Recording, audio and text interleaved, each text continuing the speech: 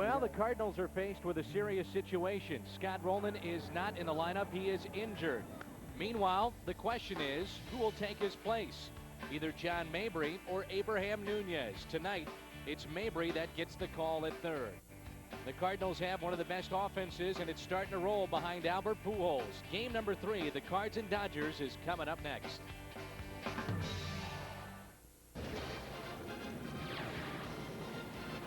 A warm and muggy day has turned into a warm and muggy night here in downtown St. Louis. Game 3 between the Dodgers from the National League West and the Central leading St. Louis Cardinals. Injuries have defined this week for the Cardinals. First on Sunday afternoon. Still tough to watch, the ankle injury of Yadier Molina as he went down grimacing in pain. Good news on him, could be in the lineup tomorrow. Bad news on Scott Rowland, not in the lineup tonight. He will be re-evaluated this evening by the team doctors, and Scott Rowland is out for game number 3.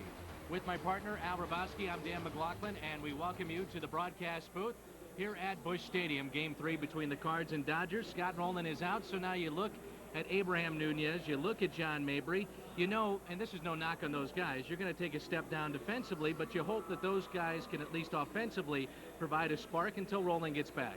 Yeah, they're different type of players, both offensively and defensively, but you know the one thing is they have a lot of heart.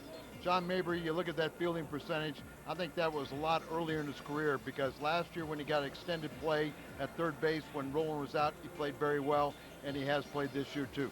Nunez made a brilliant play last night. He helped out offensively. You know, you really don't feel like you're going to lose a whole lot, but psychologically you do lose a lot when Rowland is out of there and you take those two bench players and they're not in their familiar roles. But there is good news.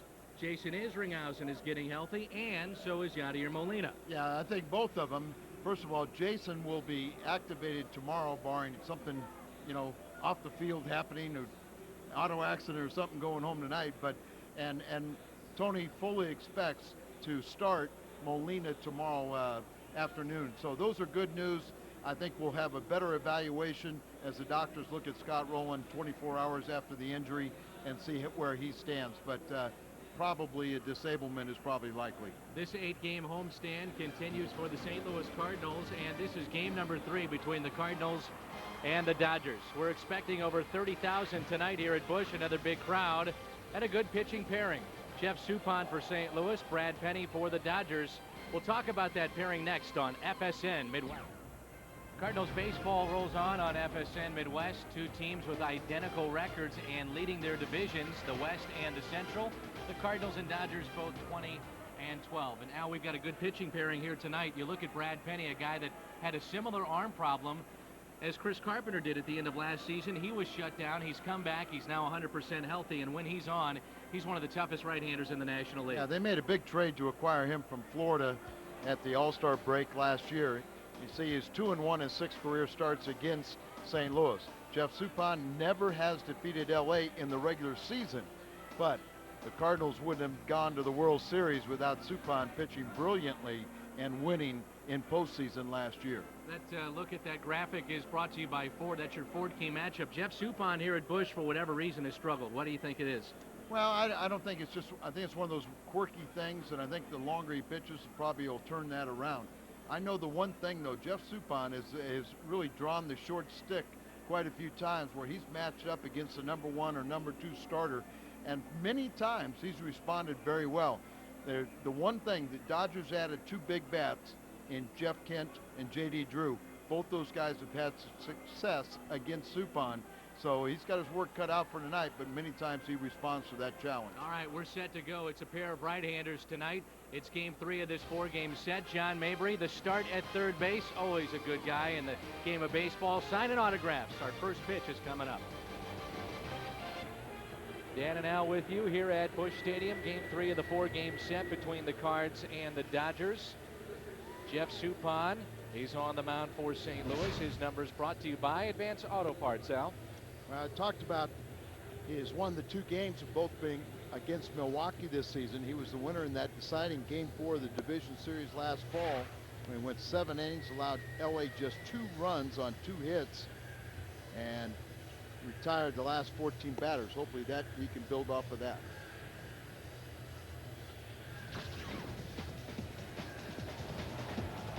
What a play. He got him. Oh, my goodness.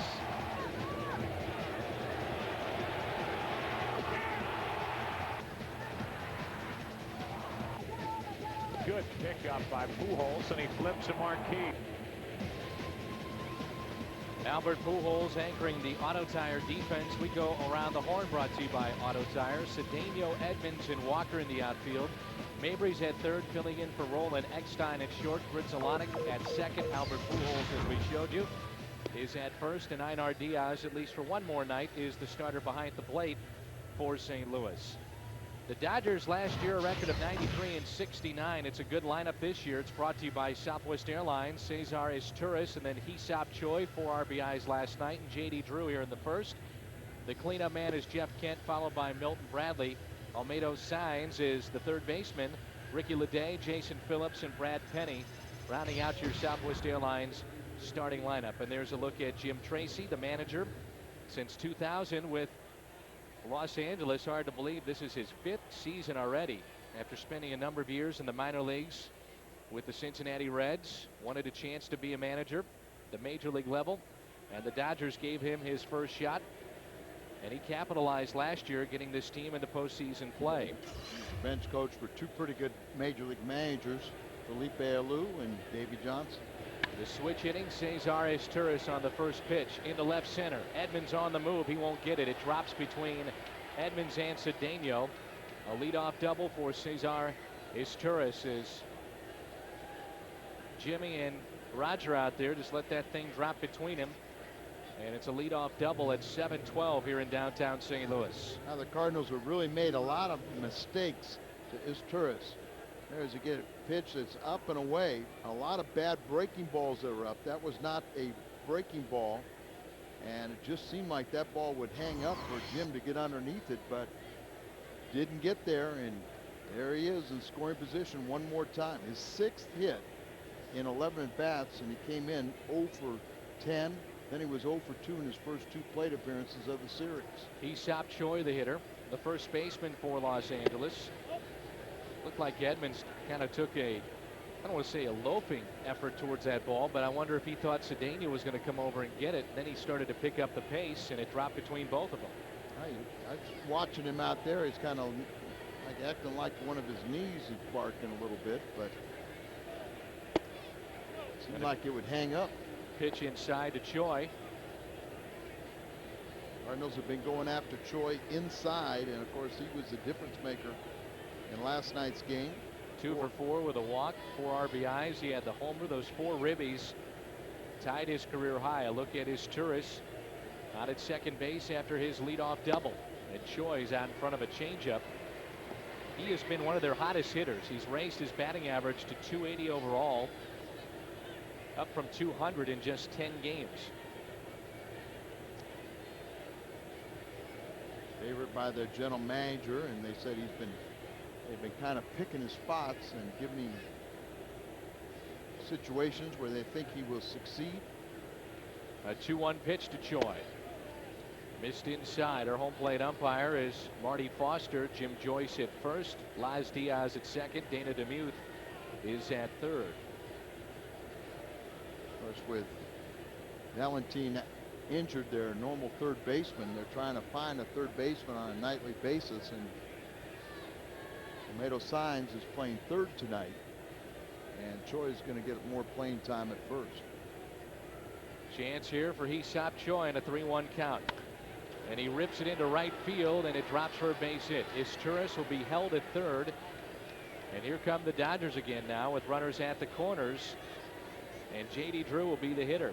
That was hit so hard that Izturis had to kind of stop just to make sure that Walker didn't catch it. Once he did, you know he's got the good throwing arm as he was watching behind, so no need to chance it early on. Yeah, and it just slows down your forward progress, so he does not challenge the 7-time Gold Glove winner in right field in Walker. And now you've got J.D. Drew as the hitter. J.D. started out 0 for 25. He told me during that time he probably could have had 7 or 8 hits, but right at people. And he's hit .359 since that time. It would have been nice to see J.D. put the kind of season he had a year ago with Atlanta with the Cardinals. statistically his best season as a major leaguer. He was finally healthy, which is the key with J.D. Drew.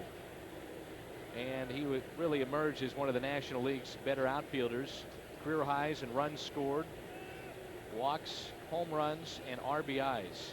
Also had a 22-game hitting streak. You said it. You know, frequently injured with the Cardinals, but they were all legitimate injuries. And a 1-0 pitch is popped up a mile high on the infield. It's going to be John Mabry who gets it, makes the play for the first out. That's big there because now you've got the double play in order to try to get out of the inning, and Jeff Kent is certainly a double play candidate. And as a pitcher, you get that first out, you stop them from scoring in that situation. It is a big lift. And as you said, you know, double play ball now. But Jeff Kent, another guy that's given trouble to Suppan in the past. But, you know, Jeff is the kind of guy that responds to these type of challenges. Jeff Suppan. And Jeff Kent usually does too. Yep. It all boils down to making good pitches.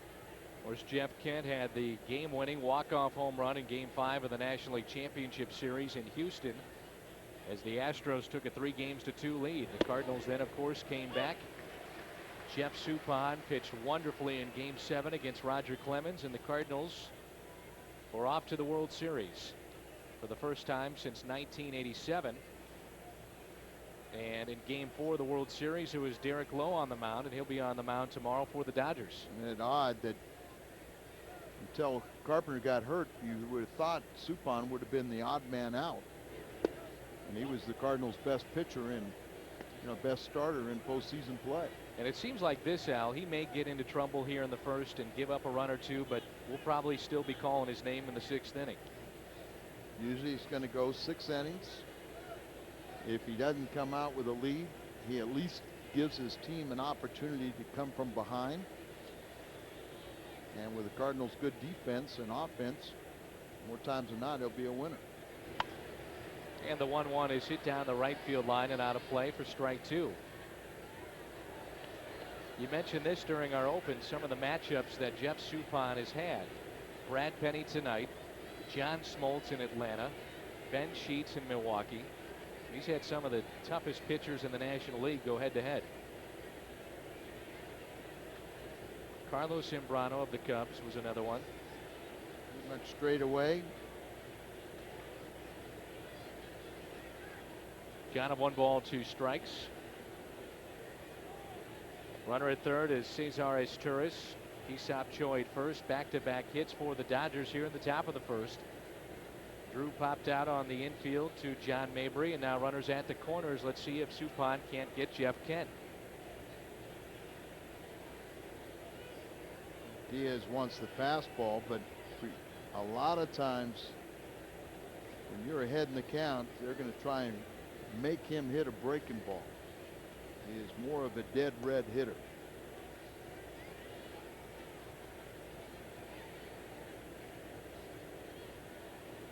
Suppan and Diaz finally hook up. And the 1-2 is hit into right center field. Plenty deep for Izturis as Walker catches it for the second out. The Dodgers have a 1-0 lead. RBI for Kent. 28th of the year as he scores Izturis. Just like last night, the Dodgers grab an early lead. And it brings in Milton Bradley. Dodgers say Milton Bradley is a different guy. I guess time will tell. Well, you know what? Let's give him the benefit of the doubt. You know, he's had his problems, anger management, but, you know, he's blown up a few times, but he's trying to at least make a solid effort. And with 2 outs, he pops 1 foul behind home plate. You know, he was accommodating to Wayne Hagen last night as part of the Star of the Game show and sounded very intelligent. And I found this to be pretty interesting in talking with the Dodger people. They had their version of their warm-up this offseason, and a young fan came up to Milton Bradley and said, "Are you going to get mad at me if I ask for an autograph?" And I guess it really stuck with him along with some of the other things that were going on in his life. But that particular instance, and he said, absolutely, I'll sign your autograph. I'm not going to get mad. But he asked the youngster if he really felt that way. And he said, well, sure. After watching him and doing some of his blow-ups that he's had over the last few seasons, and he had a couple of big ones last year, one with a fan, an altercation at Dodger Stadium. And he had one here in the clubhouse during postseason with, in St. Louis, but that was not his fault. There's an 0-2 pitch. It was initiated by, I believe it was a sports writer, wasn't it, from the L.A. area. And a lot of people that were there in appearance said that Milton tried to do everything he could to, just to kind of calm down the situation, and it was all the writer that initiated it. 1-2 pitch, tied him up on a ball upstairs in his eyes, and Suppan has his first strikeout of the night. Dodgers strike first. It's 1-0.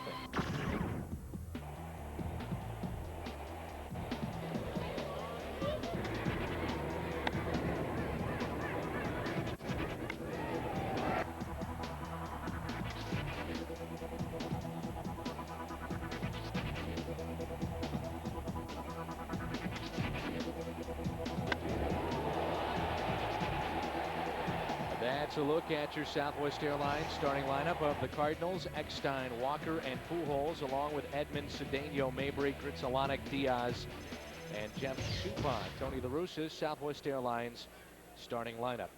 Here's David Eckstein hitting .299, no homers and 9 RBIs against Brad Penny. 1-0 Dodgers on 2 hits in the top half of this inning.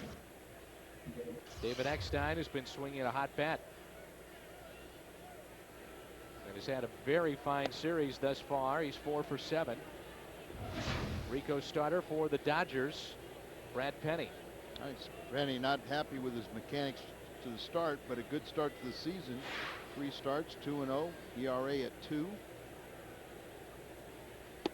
You know what I think it was is that he was looking back at the home plate umpire and saying that Eckstein was crouching. Yeah, maybe. That's why it was called a ball. Thought the ball was up, and how about 4 for 7 for David? And a 2-1 pitch. Eckstein pops it up right side. That'll find the seats and a souvenir. You know, there are a lot of David Eckstein fans in Southern California watching this series. He's put on a show for those fans back home in Southern California.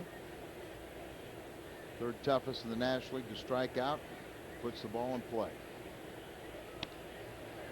Fouled back again. Count of 2 balls, 2 strikes on Eckstein.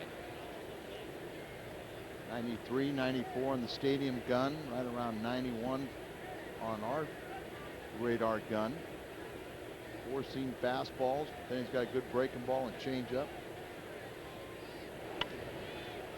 Fouled away again, and familiar theme here with David Eckstein, going deep into a count or deep into an at bat. He stretched his hitting streak to 11 games.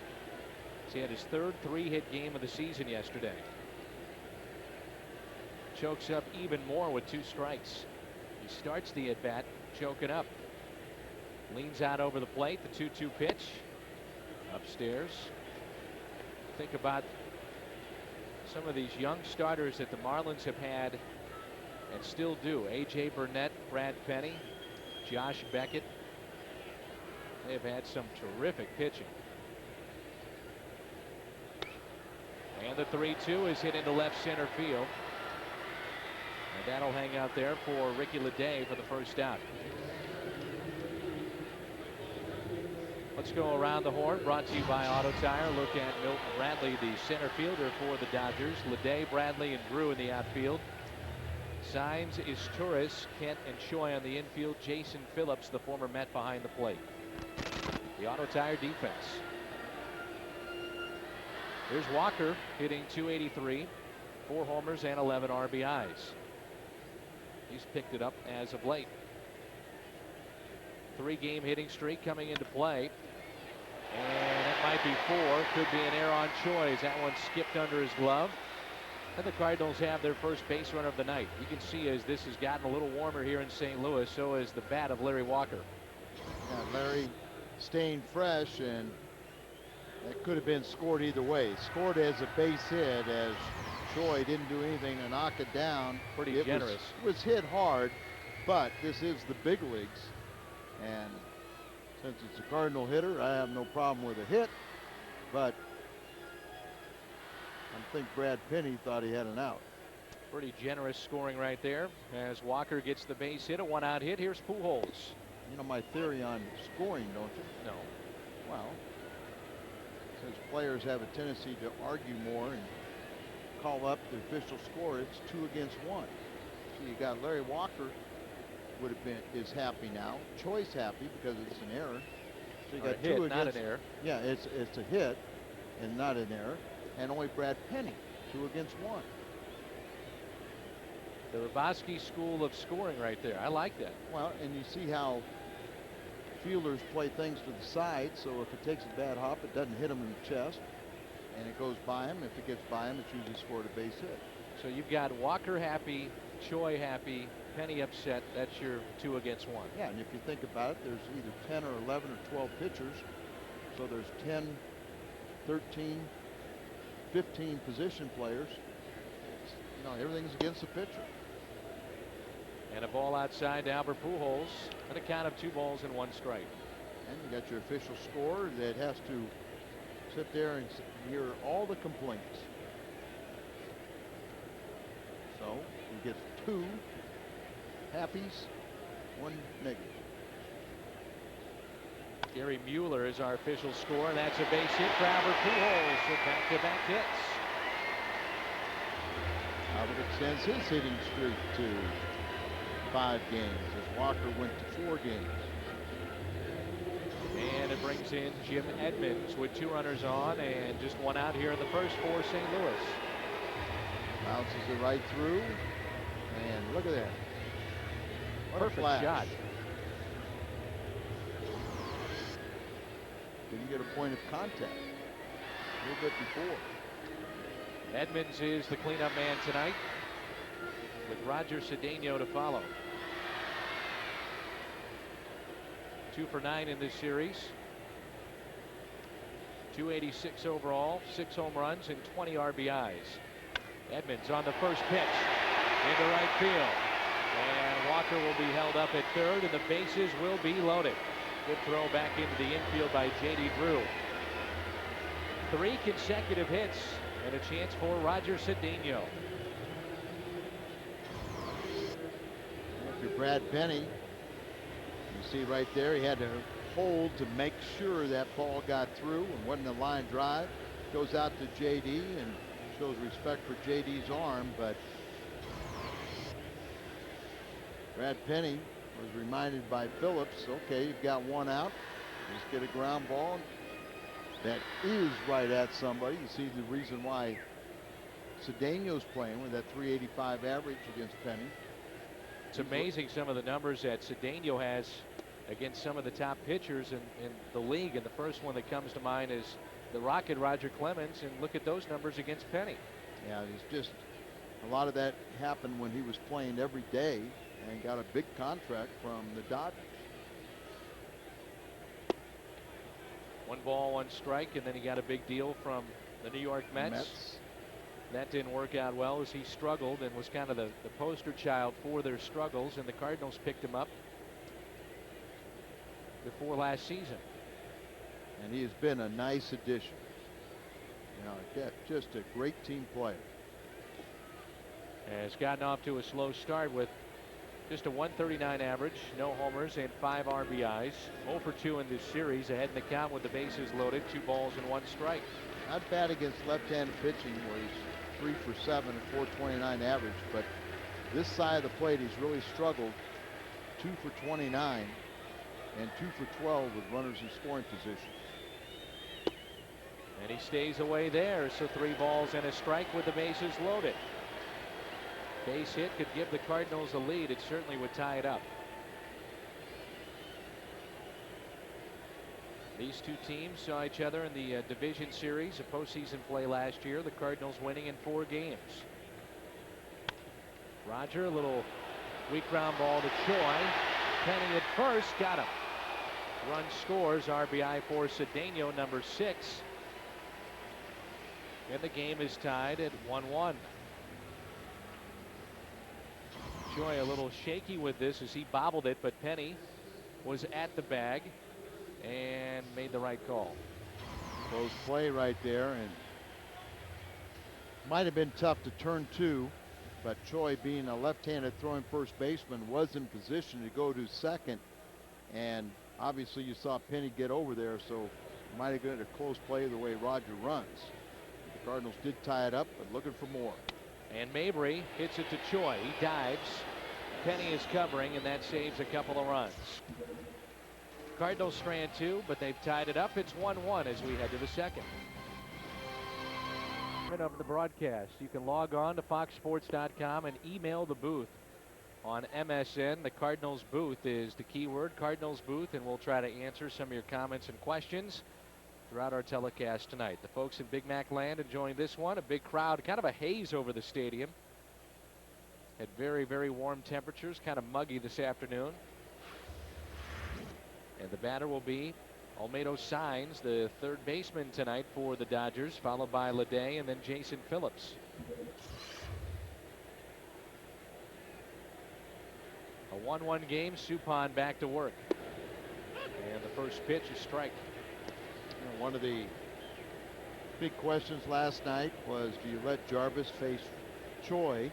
And Tony decided to do that rather than bring in Flores and have him face Signs.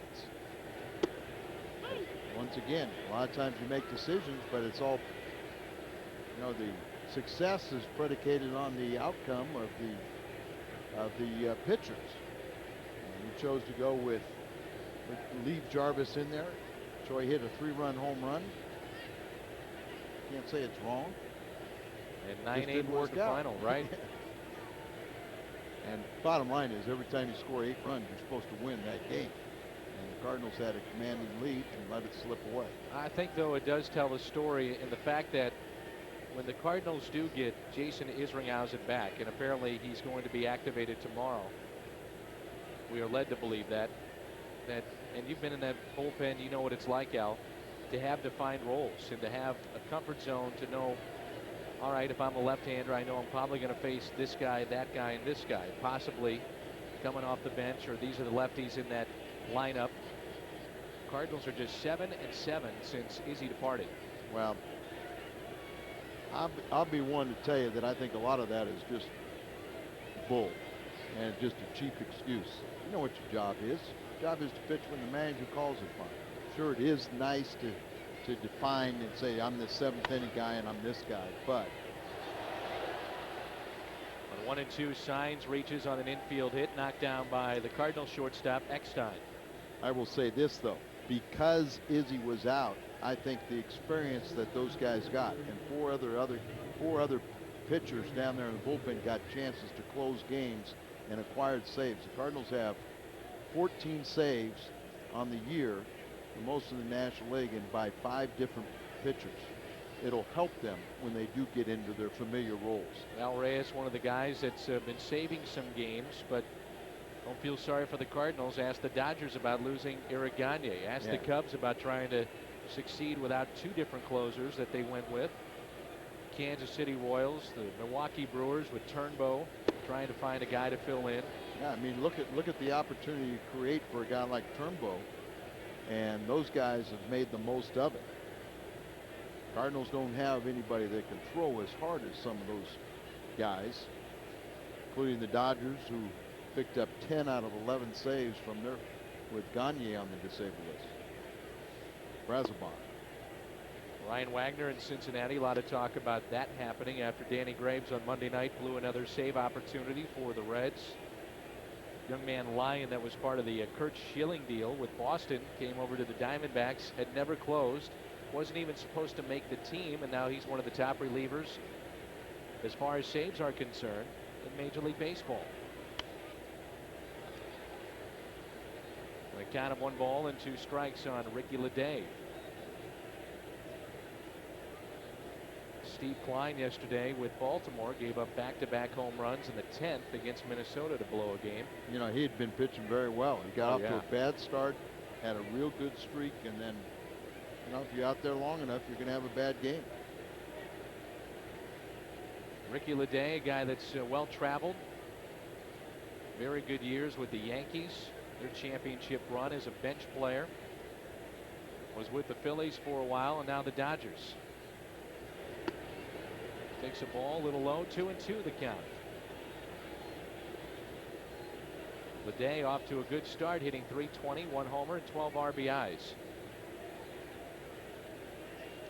If you're just joining us, wanting to know about the extent of the injury to Scott Rowland, we will know more tonight, hopefully.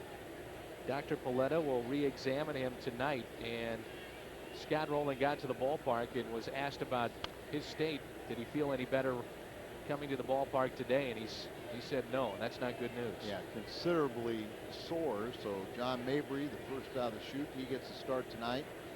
Cardinals also have Nunez, who finished up the game and made some nice defensive plays and also contributed offensively.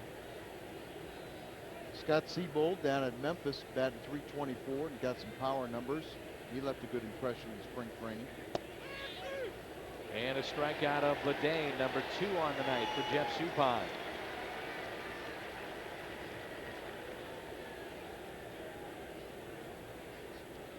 Brings in Jason Phillips.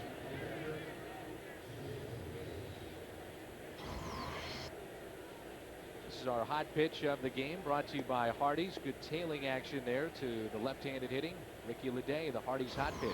Kind of like a sinker that it's kind of like have that left-handers give up on a little bit, tails out. He doesn't have as good a sinker, natural sinker as say Marquis and the other guys, but Jeff Suppan knows how to pitch, change speeds, and be on both sides of the plate. You mentioned Seabold, another guy that could see time coming up from Memphis, a player that we know very well, Hector Luna. I guess Luna's average has been kind of coming down, but we'll let Walt Jocketty and Tony La Russa, Bruce Mano, and of course the secret weapon over there, Joey Jocketty, figure all that out. Here's an 0-1 pitch, a little low over the plate to Jason Phillips. Right now it's being classified still as a sprain. Barry Weinberg said that this injury is different than the one that Rowland suffered in the 2002 playoffs when Alex Cintron ran into him, and that really cost the Cardinals. Remember, he had multiple sprains there as his arm was just almost torn out of the socket. With the runner going, it's popped up. Watch yourself, Albert. Out of play. Yeah, but look at that good hustle by Albert getting over there. I think Science knew where he was going, trying to deke him, middle infielders out there. And if you want to be technical about the injury, in 2002, Rowland separated what they call the AC joint, and this is more of a muscle problem, they feel. So something that's completely different than what he went through in 2002. Yeah, remember how he was kind of in an awkward position and got it really stretched out. This one was kind of, it looked like he started to push him and maybe on the point of the shoulder. Here's a 1-2 pitch. Really took some off that breaking ball as Phillips was out in front.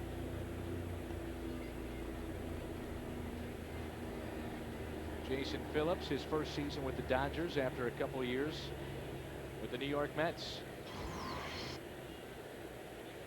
There's the nice curveball, and really slows it up. Back there, so he gets the splitter grip.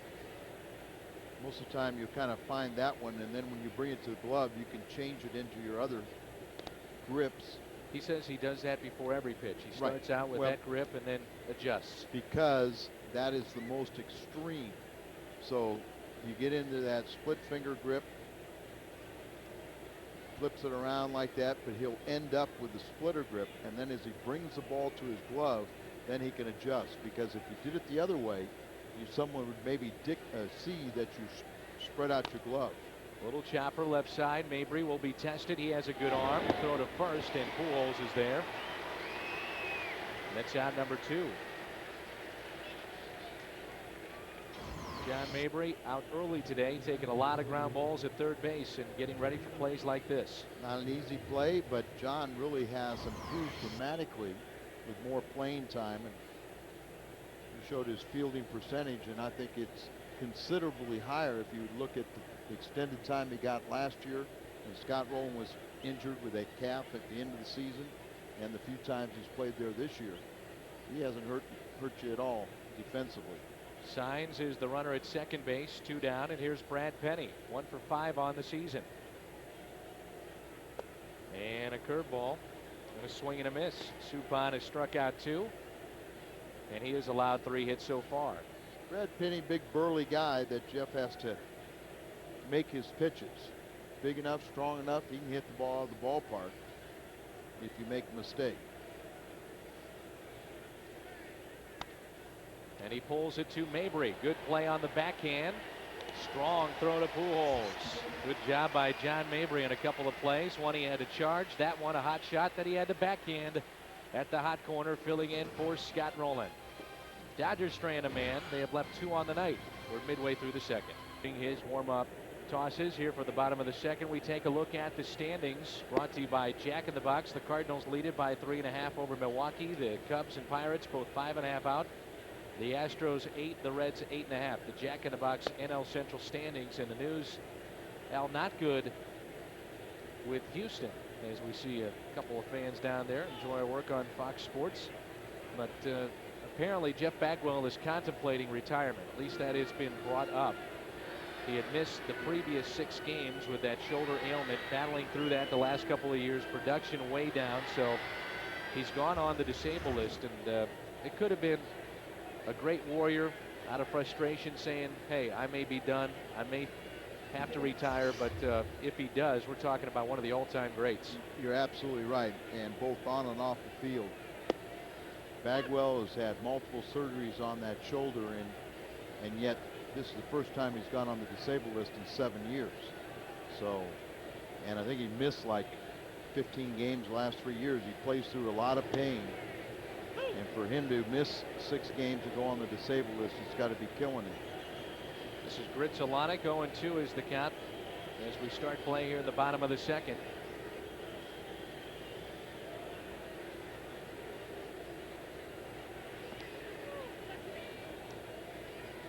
They will peel down to first, and Gritzalonic did not go for ball 1, 1-2. I got a chance to watch on the dish a bunch of different games, and I knew that he must have been hurting about a week ago. He was on the bench, and instead of pinch hitting with Bagwell, they went with Orlando Palmeiro. And no disrespect to Palmeiro, but you've got that bullet sitting in the dugout, Jeff Bagwell, you go with that with a chance to tie the game. They did not, and he hasn't played for 5 games since. Gritzalonic reaching off the glove of the third baseman and into left field for a base hit. 4th hit on the night for St. Louis. That's an 8-game hitting streak for Grizzlon. Leadoff hit to start the second for the Cards. Hey, all you teachers, school is almost out, and it's time to celebrate. Bank of America Teachers and Staff Night is Friday, May 27th. The Cardinals will face the Washington Nationals. All teachers and school staff can purchase discounted Terrace Reserve tickets. The number to call is 425-0600 for more details. It's going to be history, as that'll be Washington Nationals' first appearance at Busch Stadium. No, the scary Friday, thing, Al, 7:10 start, is the fact that school isn't even out. Here we are in the middle of the week, and the crowd tonight, I mean, this place is packed. So if you're thinking about coming down to the ballpark, now is the time to get those tickets. And Can't emphasize that enough. we got to tell you that probably the biggest bargain coming up is the Pittsburgh series. When we come off the road after an extended road trip, Monday the 23rd, 24th of May, and 25th. We've got 28,000 tickets sold for all 3 of those nights. So there's plenty of seats available.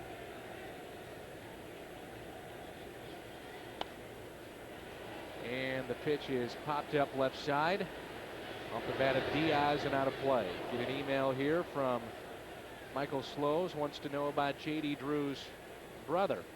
Well, you should say brothers. He's got one, Tim Drew, that is a pitcher, and his other brother, you might remember we used to show him on our telecast every once in a while when he was coming through high school, and then he went to Florida State as a shortstop.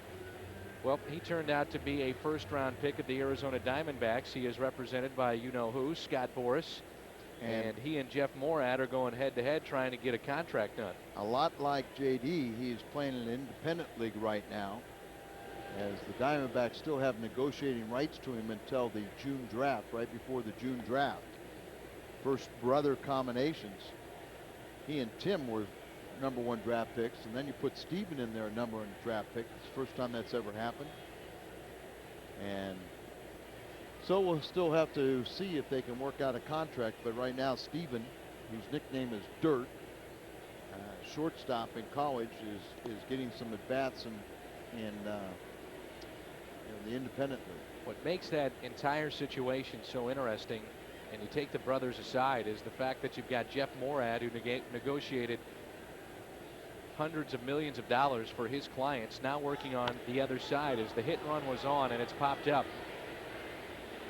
Solonic back to first as Phillips makes the play in foul territory, and the batter will be Jeff Suppan.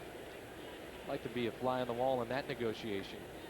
You've got Scott Boras and Jeff Morad. Don't lie to me. Don't pull that malarkey on me. I know that trick. I mean, literally, they're combined well over $1 billion with a B. Morad, when he purchased a stake in the Diamondbacks, put in $35 million himself. Yeah, and then a couple of his ex-clients, one is Matt Williams, put in a little bit of money and is working for his former agent. And also Will Clark. Right. Will Clark is working for the Diamondbacks. Here's Suppan as he squares and pops it up. That's strike one. Will was coming in from my golf tournament until he was notified of a mandatory organizational meeting.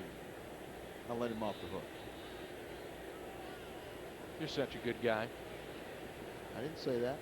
You let him off the. I'm saying. No need for you to comment.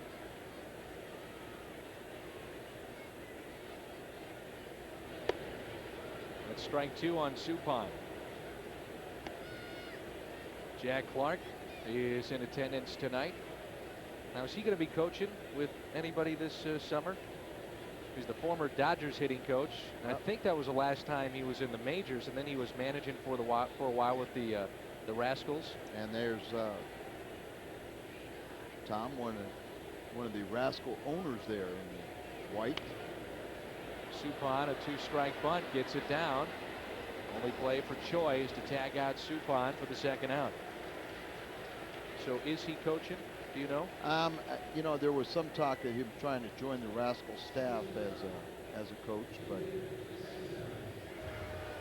the other former Cardinal that we should mention is Danny Cox, the Grizzly manager. Right, he's on the other side. He was a Frontier League Manager of the Year a couple years ago when they won it all. Back to the top of the order, David Eckstein with two down. Quite the actor. I enjoy his commercial for the casino. For the casino queen. I like that. I did a double take. I was watching the game and I thought, who is this guy screaming and yelling? And then I realized it's Danny Cox. So if you watch the game tonight, you see that commercial, that's Danny Cox. Right.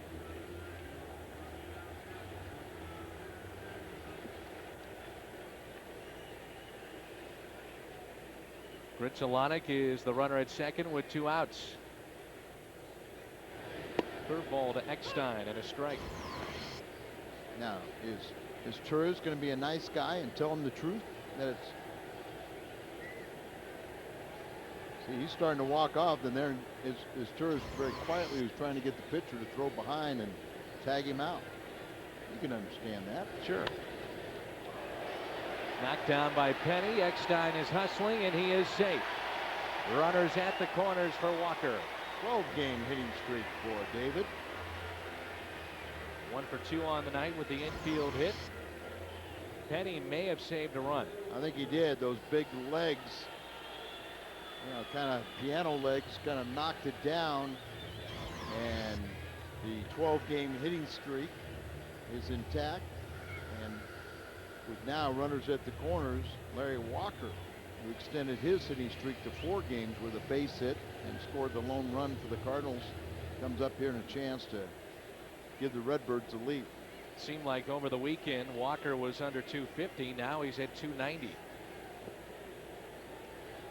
very frustrated with his performance, and he's turned it up a notch or two as of late. He's got a lot of pride, and I think what really upset him, I think it was the game Saturday where I think the ball got over his head and he realized that he always comes up with that ball. And a pitch that's just a little bit inside to Walker. 2 balls and no strikes with Albert Pujols on deck, and Penny couldn't believe he didn't get a strike call there. Pretty good pitch.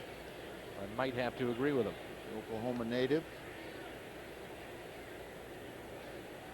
Walker ahead in the count. 2 balls, no strikes. Runners at the corners. And that's a base hit in the right. The Cardinals have their first lead. Grixalanic scores. Eckstein hesitated. Now he goes to third after the bobble by JD in right. 2-1 St. Louis.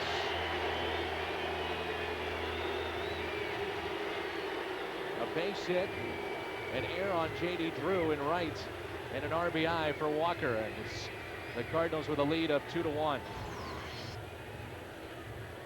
See where they set up away, and the ball comes right back towards the middle. Pulled over here, and Choi really having a tough night. See, David sees it. He stops there, but when he saw that JD Drew had bobbled it, he took a shot to go to third, throw off line. He's safe. And now you've got Albert Pujols with 2 outs, runners at first and third. Pujols, the first pitch, taken for a ball. I would imagine what could get so frustrating for Brad Penny is to not get that call on Walker, and instead of being 1 ball 1 strike, it's 2-0. And now it's a hitter's count, and when he's hot, he's one of the best in the game. That's one of those situations that you have to guard against a letdown. It happens frequently that you don't get every call that you want or think is a strike, but you got to just forget about that. You know, it's not like it's ball 4, so you still have a chance. Pujols saw his 16-game hitting streak come to an end over the weekend. Now he has started a 4-game hitting streak. He's on a tear. Albert hard hit to short. Izturis, the Gold Glover, force play at second, and the Cardinals are done here in their half of the second. Walker with an RBI base hit, also a run scored tonight. Cardinals have their first lead, and it's 2-1 Redbirds.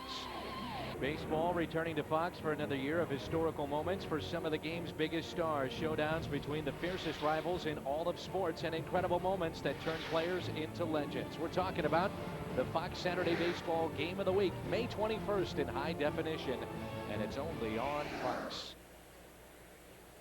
Top of the third, top of the order for the Dodgers. Cesar Izturis, Hisap Choi, and JD Drew. And Suppan floats a curveball in there for a strike. Izturis doubled and scored on the RBI by Jeff Kent back in the first. He's 1 for 1. Izturis with a nifty play to take a hit away from Albert Pujols, stand to second. We have seen this guy really improve at the plate, Al. A switch hitter. We knew he was a slick fielding defender, but at the top of their order, he has made a difference for Los Angeles. 300 hitter from both sides of the plate.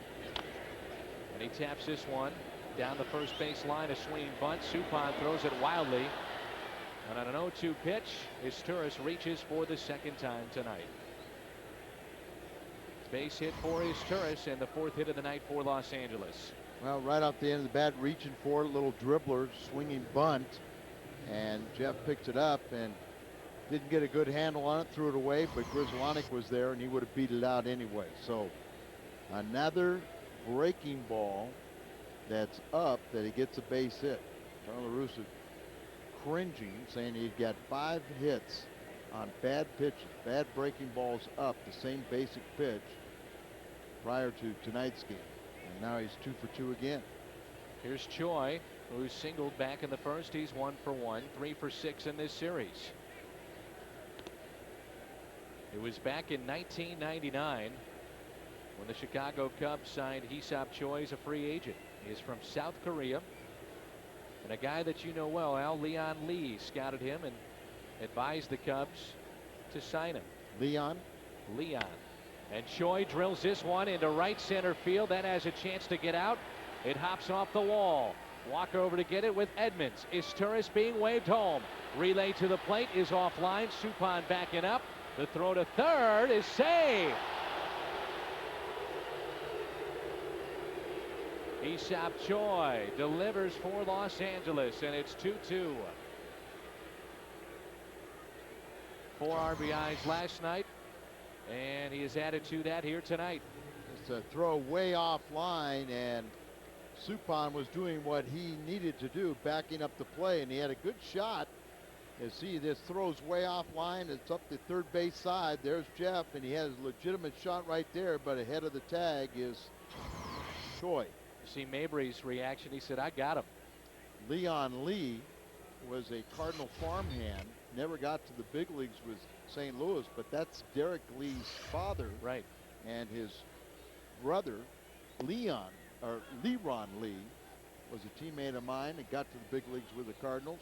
Both of them found a home in the Pacific Rim, and very successful scouting. And Derek Lee off to a fantastic start with Chicago. Really is. And here's J.D. Drew, an 0-1 pitch.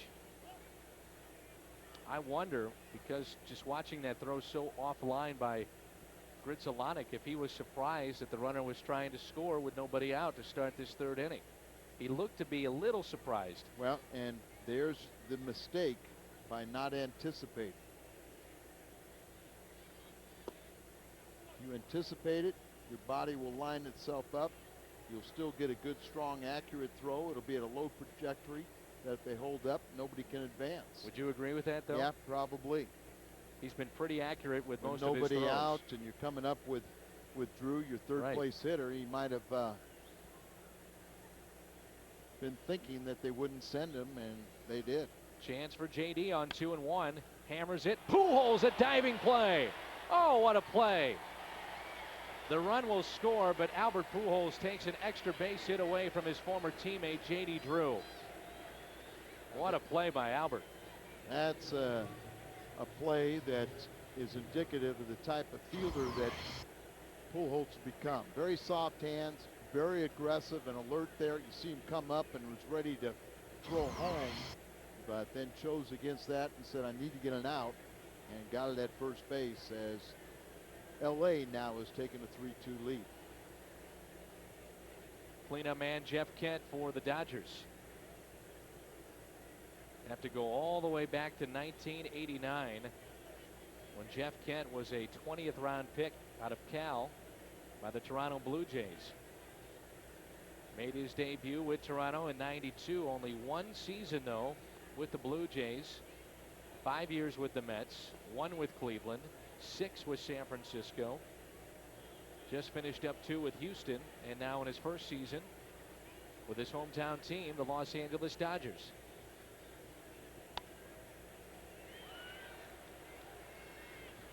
Popped up, Eckstein for the second out.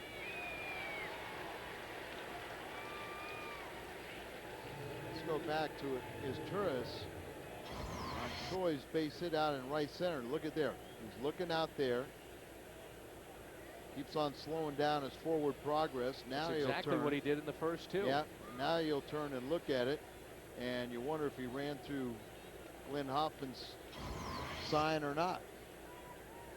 Well, we see that time and again, don't we? That's just commonplace. I mean, there are anymore. times with the ball, you know, I mean, if you think about it, the ball was in front of him at first base. But why, you know, after you've crossed the second base bag, why continue to look over your shoulder? And that's the point. The ball and the play in front of him as he goes to second, there is no reason You whatsoever. know you're going to go to third. Right, to look Now, behind you. Yeah, you know you can go to third, so pick up your third base coach and let him decide whether you come home or not. Dodgers get 2. They've regained the lead. It's 3-2. Bottom of the third coming up. Edmonds, Cedeno, and Mabry for St. Louis. Ball history brought to you by Schnucks. For the first time in over 100 years, 2 starting pitchers share the same name. Southpaw Bobby M. Jones defeats Bobby J. Jones. The Mets and the Rockies back in '99. Our Schnucks this state baseball history, and here's Edmonds. A fastball and a strike. Edmonds singled his first time up, average at .293. Roger Cedeno with an RBI, Larry Walker with the other, as the Cardinals trail it by the score of 3-2. Edmonds couldn't hold up. 0-2 the count. Penny likes to pitch at the top of the strike zone and get a lot of guys to chase that ball up there. Jim, one of the few that can hit a pitch up. Here's an 0-2 pitch. Curveball in the dirt. Getting an awful lot of emails about Scott Rowland and his status. He will be evaluated once again by Dr. George Paletta. They will examine him tonight, and Rowland came to the ballpark saying that he did not feel good, did not feel any better than he did when he left last night, so that's not good news. 1-2 pitch. Fastball just missed Edmonds. 2-2. There's Scott Rowland now on the bench. Actually said he was considerably worse. Very stiff, sore. 2-2. Edmonds swings at a ball and strikes out. For Brad Penny, that's his first strikeout during the 2004 postseason. We really want to emphasize this for the fans. St. Louis police officer, very good man. Matt Browning was injured in a traffic accident. He lost his legs, and Officer Browning night is coming up here at the ballpark. It's May 23rd. The Cardinals will host Pittsburgh, and special Terrace Reserve tickets are for sale, with half the proceeds going to Officer Browning's trust. So come watch Matt throughout the ceremonial first pitch. It'll be an emotional night. We know there are a lot of great people in this community that support the backstoppers, and certainly this is a night to support for Officer Matt Browning. And again, 425-0600, the number to call. It's May 23rd when the Pirates make their first visit to St. Louis. The backstoppers do a wonderful job, but that's for firefighters and police officers who lose their life, trying to help out the family who lose their life in the line of duty. But Matt doesn't fall under that category because he didn't lose his life. During an arrest, he was hit by a drunken driver and pinned right after a playoff game, and lost both legs. A lot of good people are trying to help him out, rightfully so. 2-2 the count on Roger Cedeno. 0 for 3 in this series, 0 for 1 with the RBI tonight. Brad Penny, one of those good old boys out of Oklahoma. Hard thrower. A flamethrower at times in his career. Hits it right back at him, knocked down by Penny. That's the second out here in the Cardinals half of the third. He's in Broken Arrow, Oklahoma now. Jim Brewer, the former Dodger pitcher, relief pitcher, was from Broken Arrow. I'm not too sure Billy Russell may live there, and I know Frank Lindsay somewhere around that area. Here's John Mabry playing third base tonight in place of Scott Rowland. 0 for 1. He grounded out back in the first. Hit it hard on a diving stop by Hee-Seop Choi. That one gets past Choi this time. Hard hit ball for the second time tonight off the bat of John Mabry. Choi does not look comfortable down there at first defensively. Boy, he don't want any contact, does he? You kill him defensively. Short arm and everything. It's about 3 balls at the very least he could have knocked down. And at least. And now the batter will be Mark Grudzielanek with 2 outs. Grudzielanek singled and scored to start the second inning. As the Cardinals took a brief 2-1 lead, it's now 3-2. It's already 7 hits for the Cardinals. Former Dodger Mark Grudzielanek, when he was with Los Angeles, he signed as a free agent. Came over from Montreal. Kevin Malone was just throwing money out right and left, and he was the first guy to hand out a $100 million contract to Kevin Brown. Grudzielanek into right center field. That ball is trouble. It gets down. Mabry around second. Mabry being waved home. Grudzielanek on his way to third, an RBI triple. And we're tied 3-3.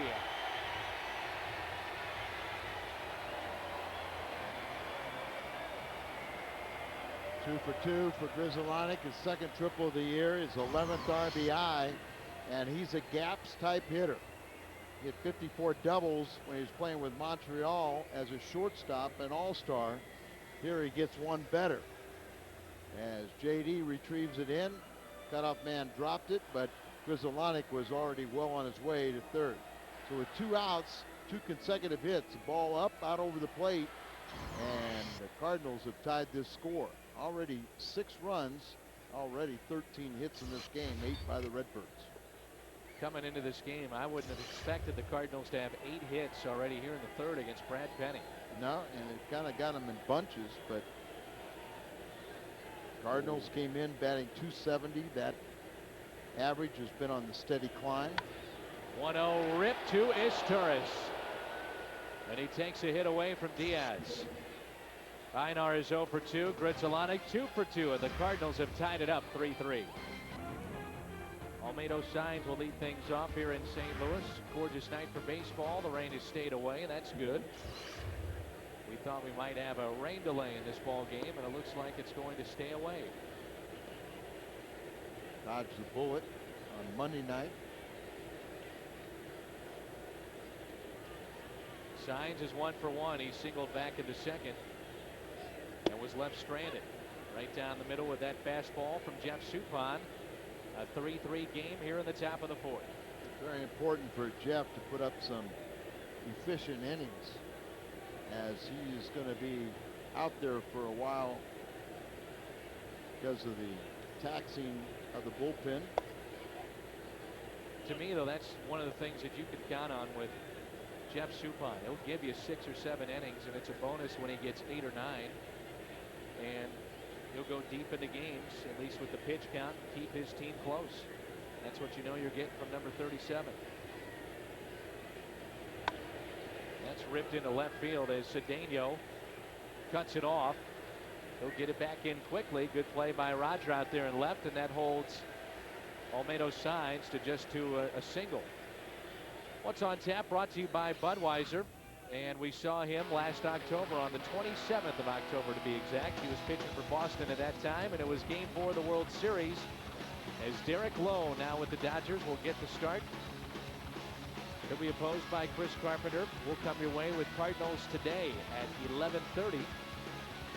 And noon with our play-by-play tomorrow, as the Cardinals wrap up this 8-game homestand. And it's off to Shea Stadium to see the Mets.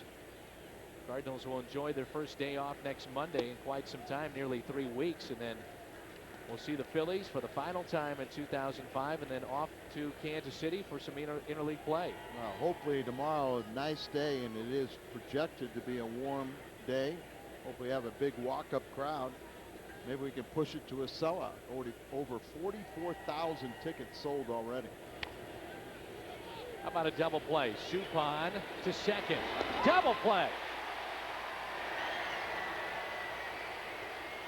1-6-3 on the double play as Eckstein turned it out there at second base. Little dribbler over here, and Suppan bounces off, throws a strike right there, chest high, leads his shortstop covering, so Eckstein not only can catch it, but get a little momentum behind the throw and jump over the sliding base runner. They pointed right at Jeff Suppan. That's exactly what you're talking about. The lead throw from the pitcher, so crucial on a double play like that. Yeah, I mean, you lead that runner, you throw it, or the fielder, and you throw it chest high, and everything comes together. Now it's Jason Phillips, lined into center for a 2-out base hit. So back to the double play is now Brad Penny will be the hitter with 2 outs. Well, you know who's going to be covering. So as he fields the ball, he looks right here. He knows his shortstop. He just aims the ball right there, chest high, just absolutely perfect. A little bit in front of him, so his momentum carries him across the bag. It allows him not only to get something on the throw, but be in position where he can hurdle the runner coming in at him. Brad Penny was robbed by Mabry his first time up. First pitch in there for a strike.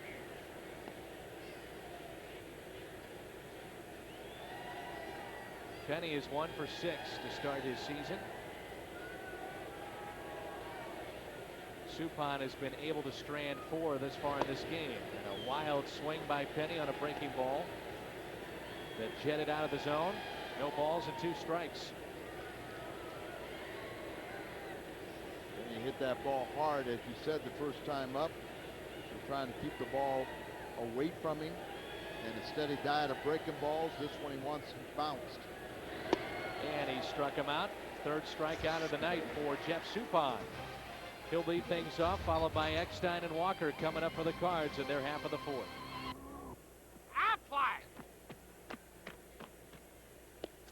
Here's the Aflac trivia question. Who is the youngest player to be elected to the Baseball Hall of Fame? The Aflac trivia question tonight. The youngest player to be elected to the Baseball Hall of Fame. Good question.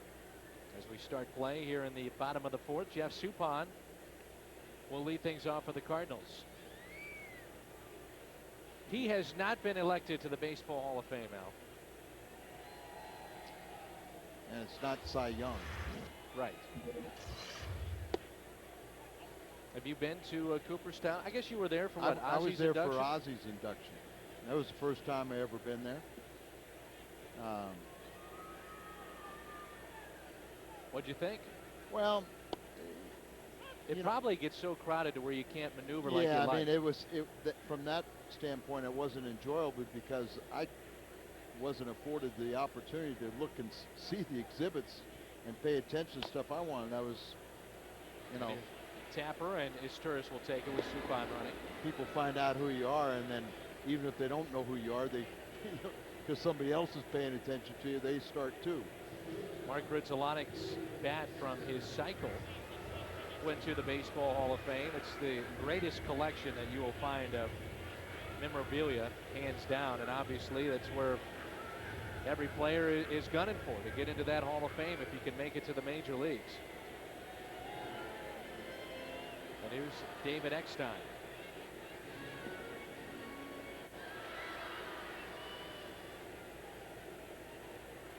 Eckstein is 1 for 2 as he singled up the middle his first start, second time up, and flied to left his first time. 1 for 2. Chokes up on the bat, and he takes a strike on the outside corner. 1 ball, 1 strike. Eckstein now hitting above the 300 mark. He's at 303. They play that game, Hall of Fame game, during the weekend, and that's where Danny Cox got his big break. He was called up. He was pitching, I believe, in Double-A, and was called up to pitch the Hall of Fame game, and pitched so well that he went back down, made a start, and then the next start he made, or maybe he wasn't, maybe it was the next start he made it in the big leagues. Never went back down. Good pitch by Penny as he backs Eckstein off the plate. Count of 2 balls and 2 strikes. Danny Cox, of course, made it to the World Series with the Cardinals and then won a World Series. People forget he was a member of that Blue Jays team that won back-to-back titles. Still makes his home in the St. Louis area. You'll see him down at the ballpark. Just across the river. You ever been over to that? His farm? No, I mean the ballpark over there in Sauget, GNC Park, where they're Saturday night going to have Joe Buck's All-Stars taking on the Hollywood Stars. All for Children's Hospital. Flash pitched at 95 on the gun here at the ballpark. Our gun had 97. And we talked about this. Brad Penny will get it up there consistently in the mid-90s. He'll top out around 97, 98 as Eckstein makes him work again. And even when Eckstein doesn't get on, it's things like this that you appreciate from your leadoff hitter. Going deep into counts, making a power pitcher like Penny on a hot night wear down a little bit. And he's able to do that. Power pitchers usually have a little more stamina and will throw more pitches than, say, a breaking ball pitcher. But with Penny and his health issue coming back off that nerve ailment, I mean, still may not have him at his maximum or where he'll be in about a month or so. Here's another 3-2. Eckstein shoots it foul. Pretty good battle going on here as Brad Penny is just rearing back and saying, all right, if you can hit it, I'll tip my cap. Well, that's basically what he did the first time up. Just sit there and challenge him and say, You know, I'm just going to throw the ball in the middle, try and hit to the biggest part of the field, and I don't think you can hit it out.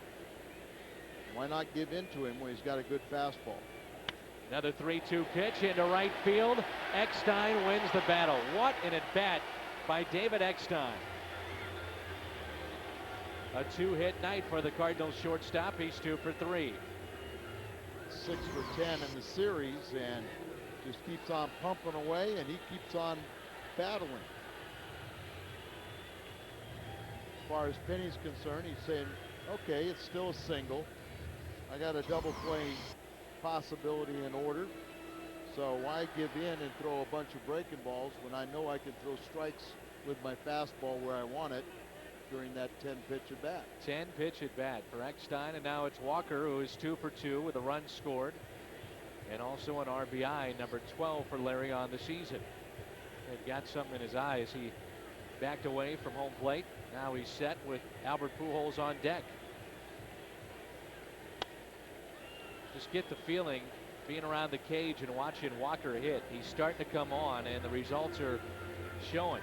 Quietly, he has got his average up to 298, 4 homers and 12 RBIs on the year, but some of the BPs he has put together in the last 4 or 5 days have just been lights out, along with Albert Pujols. Hal McRae was saying that too. Yeah, professional hitter, and remember early in the season, Hal McRae was very concerned about Larry Walker's bat speed. But he'll figure it out and find adjustments. Runner is going on an 0-1 pitch, and Walker got a piece.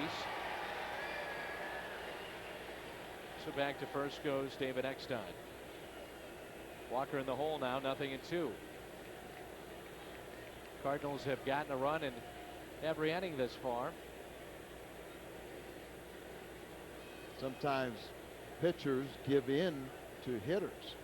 You know, when you're 38 years of age, a lot of power guys like this think they can just blow the ball by him. 0-2 pitch. Broken bat, fair ball, and Choi's only play is to step on the bag for the second out. Moving up on the play, Eckstein to second base.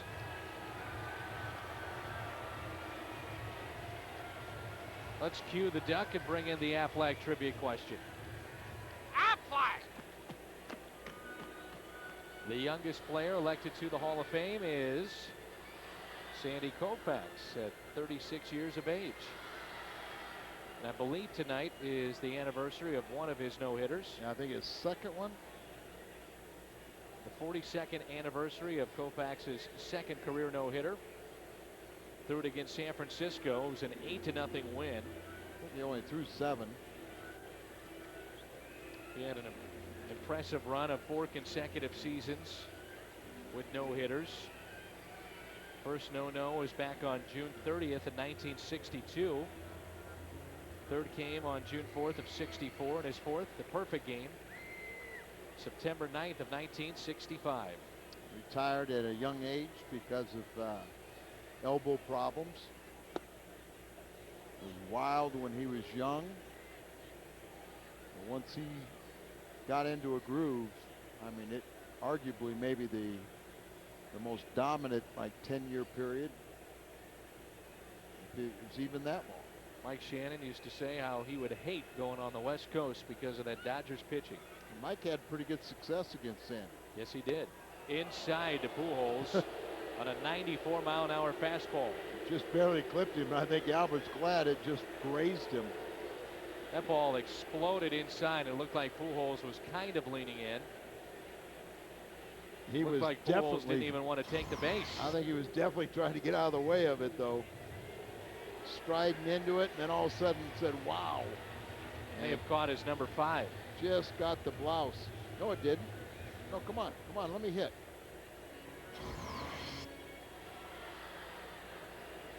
And it brings in Edmonds, who struck out his last time up on a ball and singled back in the first. He's 1 for 2.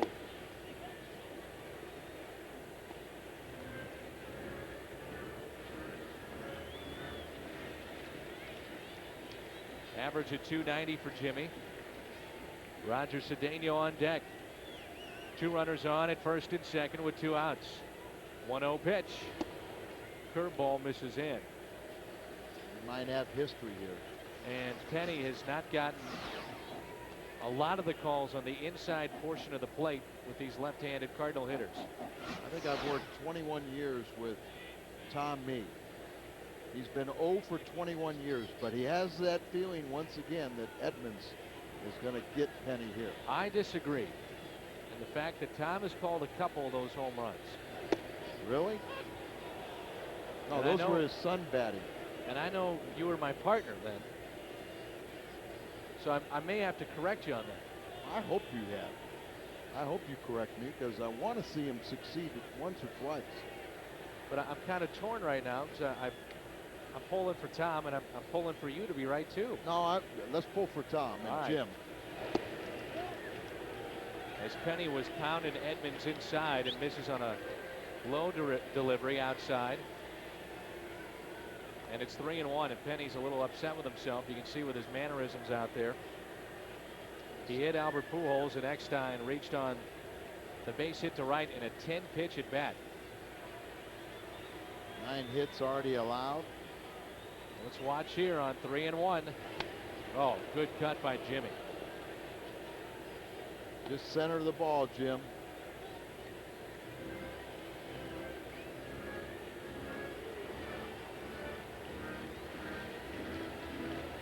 Old-fashioned hard ball with Penny. Here it is. See if he can hit it. Full count. Runners off with this next pitch with 2 down. Pujols at first. Eckstein, the runner, at second. The 3-2 pitch. Swing and a miss. Edmonds strikes out for the second time as he flings his bat, and Penny gets out of trouble. Dodgers have the top of the order coming up. Tomorrow the Cardinals series against the Dodgers concludes. An exciting day game matchup here at Busch Stadium. Chris Carpenter and Derek Lowe. And we'll have all the action with Cardinals today at 11:30 and the play-by-play at noon. We hope you join us on Cardinals tonight. And we wonder about Scott Rowland. We know he's not in the lineup tonight. Probably won't be tomorrow. And we probably will not see Rowland play over the weekend at Shea Stadium in New York as he visits there with Barry Weinberg, the Cardinal trainer, on the right. Top of the order for the Dodgers here in the 5th, a 3-3 game. Izturis, Choi, and Drew. Dodgers shortstop is 7 for 12 in this series. Doubled and scored back in the first and singled and scored in the third.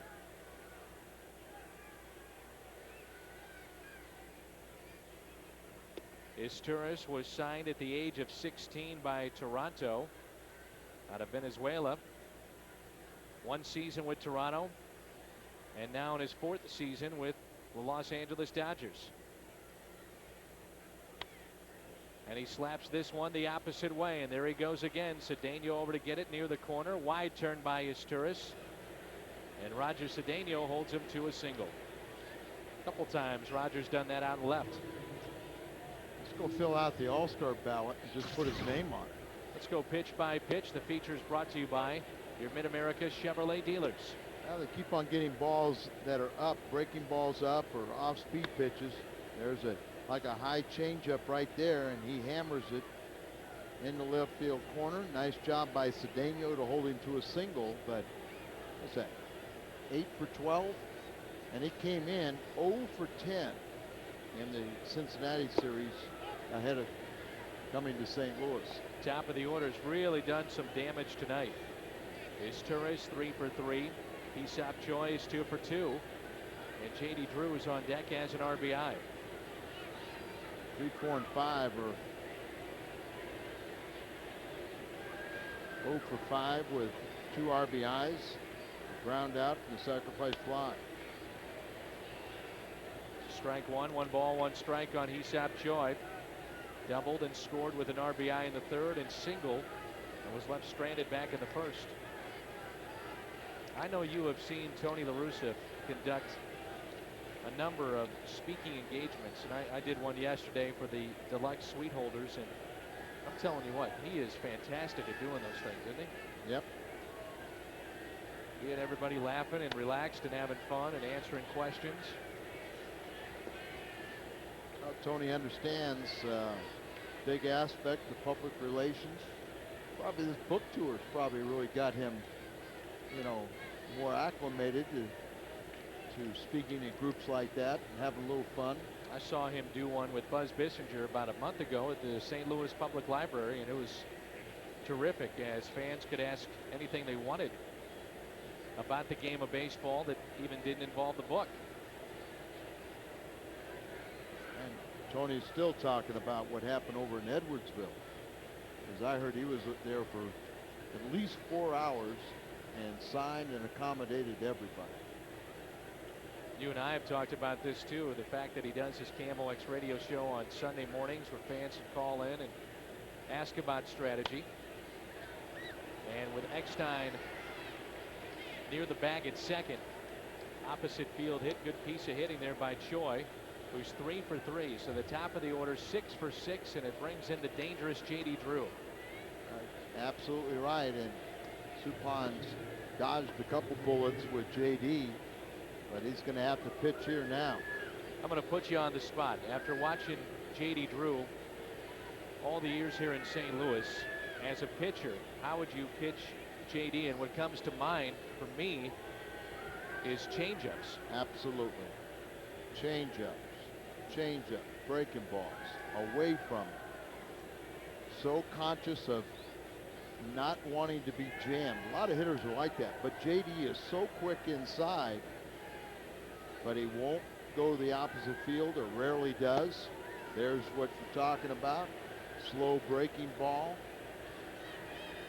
Especially from a left-hander, if you keep the breaking ball, or there you see the spin of it, and it comes up empty. We talked about it early in the game. J.D. started his Dodger career 0 for 25. But since then has had his average up to a respectable 264. That's blocked in the dirt by Diaz. 1 ball, 1 strike. Worth noting how much better Diaz has gotten blocking balls in the dirt. A nightmare his first start wearing the Cardinal uniform, and since that time he's been very sturdy back there. Go back to the strikeout at Jim Thome when Randy Flores was on the mound against the Phillies, and Diaz dropped it, which would have been a strikeout, out of the inning, and then all of a sudden Pat Burrell hit a 3-run homer against the Cardinals. But you're right, since then it's been much better. Looked like he was crossed up there. May have cost Suppan a strike, because that looked like a pretty good pitch. Jumped up and blocked the home plate umpire. Watch him right here. He's thinking breaking ball, so he kind of comes up, turns the glove that way, and he pops up and takes the strike away from Jeff, as the umpire couldn't see the pitch. And the count now in JD's favor, 2 balls and 1 strike. There he is. Why are we throwing a fastball near the strike zone? Back-to-back singles by Isturis and Choi. Pitch just missed on the outside corner. Watch out here with a count of 3-1. Off-speed changeup out there. Couldn't get him to bite.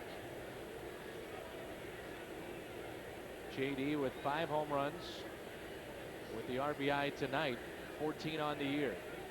3 for 6 in this spot. A 3-1 count.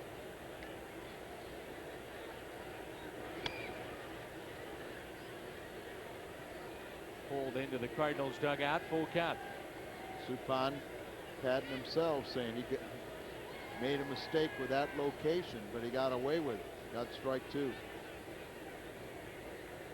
Get the feeling this could be a big pitch in this game. Throw the splitter, throw the change.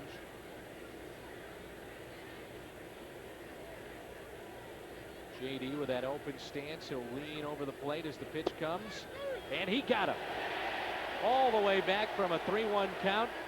He catches Drew. Strikeout number 4. None bigger than that one right there from Jeff Suppan. Threw a fastball, but made good location down and away and caught him looking. He was thinking something off speed. He tricked him. He was guessing, and he guessed wrong. Now Dave Duncan will run out there as another nemesis for Suppan is Jeff Kent. That was our Hardy's hot pitch of the game. Jeff Kent tonight with an RBI on a sacrifice fly to right. He's also popped out to short, and as you mentioned, a great fastball hitter as well. Well, Jeff Suppan, as Tony told me before the game, he said the two big acquisitions for the Dodgers have really hurt Jeff Suppan over the years. J.D. Drew and Jeff Kent. Ho-hum, another solid year here for Jeff Kent. 322, 8 homers, 28 RBIs on the season already. First pitch, a strike, an off-speed delivery. Now, as I said, most of the time they will try and make him hit a breaking ball. He's a cripples hitter. You hang that, he can hurt you. The most home runs in the game of baseball in the history of the major leagues by second baseman. 286. He passed the Hall of Famer Ryan Sandberg. He'll be inducted this summer.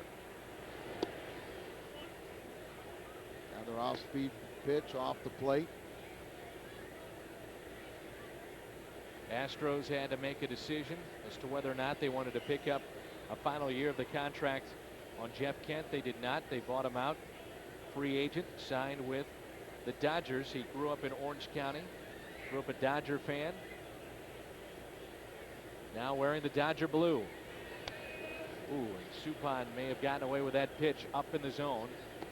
Fouled back, and it's 1-2. That's it. Another off-speed pitch, but it was, you see him talking about, boy, I got away with one, as up in the zone in the middle of the plate. He had a good rip, but couldn't do anything with it. Suppan would love the double play and get out of the inning and keep this game tied at 3-3.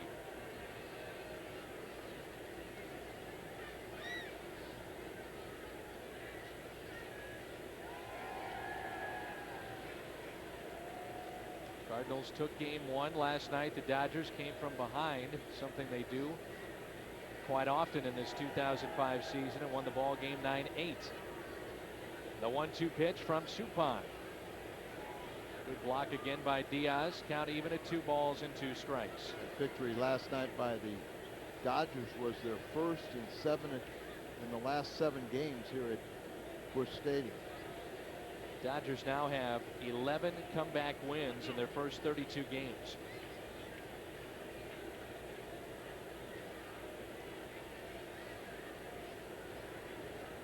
You think about losing Eric Gagne, they're 16-0 when they have a lead in the 9th.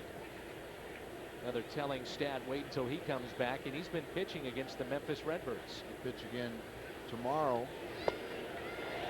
Strikeout of Kent. Number 5 for Jeff Suppan, and number 2 in this inning. Huge strikeouts of J.D. Drew, and this one of Jeff Kent. See the sinking action right there gets him right over the top, and maybe nemesis, but he's in this situation, he won the battles. And think about where he has come from in this inning. Is Turris a leadoff hit, a hit by Choi. Then Suppan fell behind 3-1 on J.D. Drew. Came back to strike him out, has struck out Jeff Kent, and now it's Milton Bradley, who is 0 for 2, and he is struck out tonight. Curveball, hit to first. Pujols is there. What a job by Suppan here in the 5th. Dodgers strand 2. They've left 7 in this game. Cedeno, Mabry, Gritzalana coming up. Roger Cedeno, the switch hitter for St. Louis, starting in left tonight. Showing bunt. Took a strike. Roger with an RBI. Number 6 on the year for Cedeno. Hits this one to Choi. He'll take it himself for the first out as we start the bottom of the 5th. Coming up after our final out here at Busch Stadium, we've got the Midwest Sports Report. Jim Hayes is with us. The Rams' new linebackers, U.S. Open qualifying, and the star of the game with Jim. All coming up on the Midwest Sports Report. Here's John Mabry, 1 for 2. He's made a couple of nice plays defensively at third base, filling in for Scott Rowland. One on a slow roller, had to charge and throw on the run. The other a backhanded play.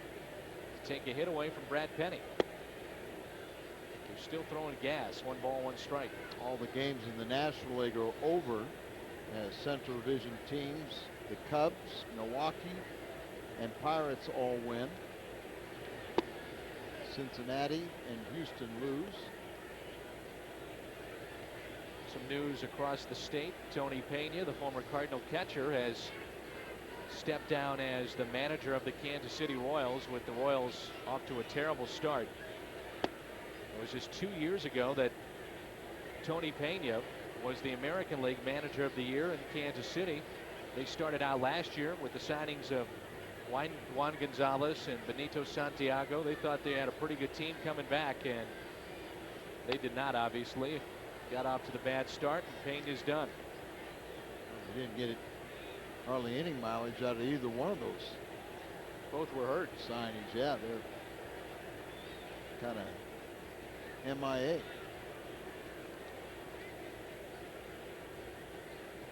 A 3-2 pitch to John Mabry. And a swing and a miss and a strikeout.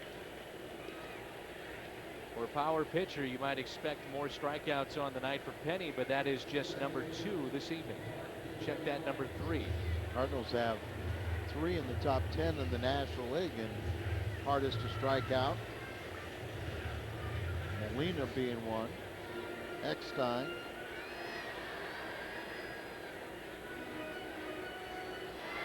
Here's Gritzolonic. Don't look now, he's got a single and a triple.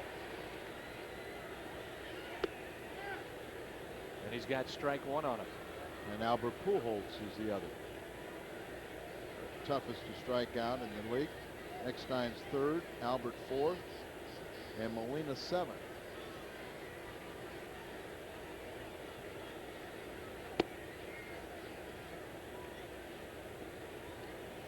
So you can predict another cycle?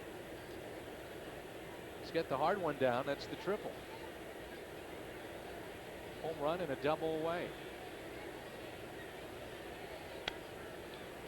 There's the single.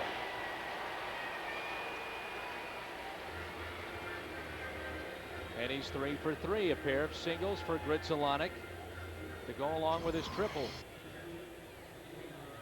Another 3-hit game for him. Hanging breaking ball right up there. Drills it and goes on through. He's hit in 16 of the last 18 games. Nearly 400 during that time. He's now 5 hits away from 1,500.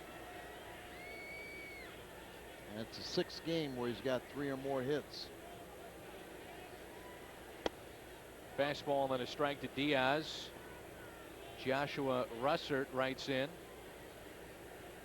Al and Dan, you mentioned that Jim Tracy was a bench coach prior to being a manager. What exactly does a bench coach do?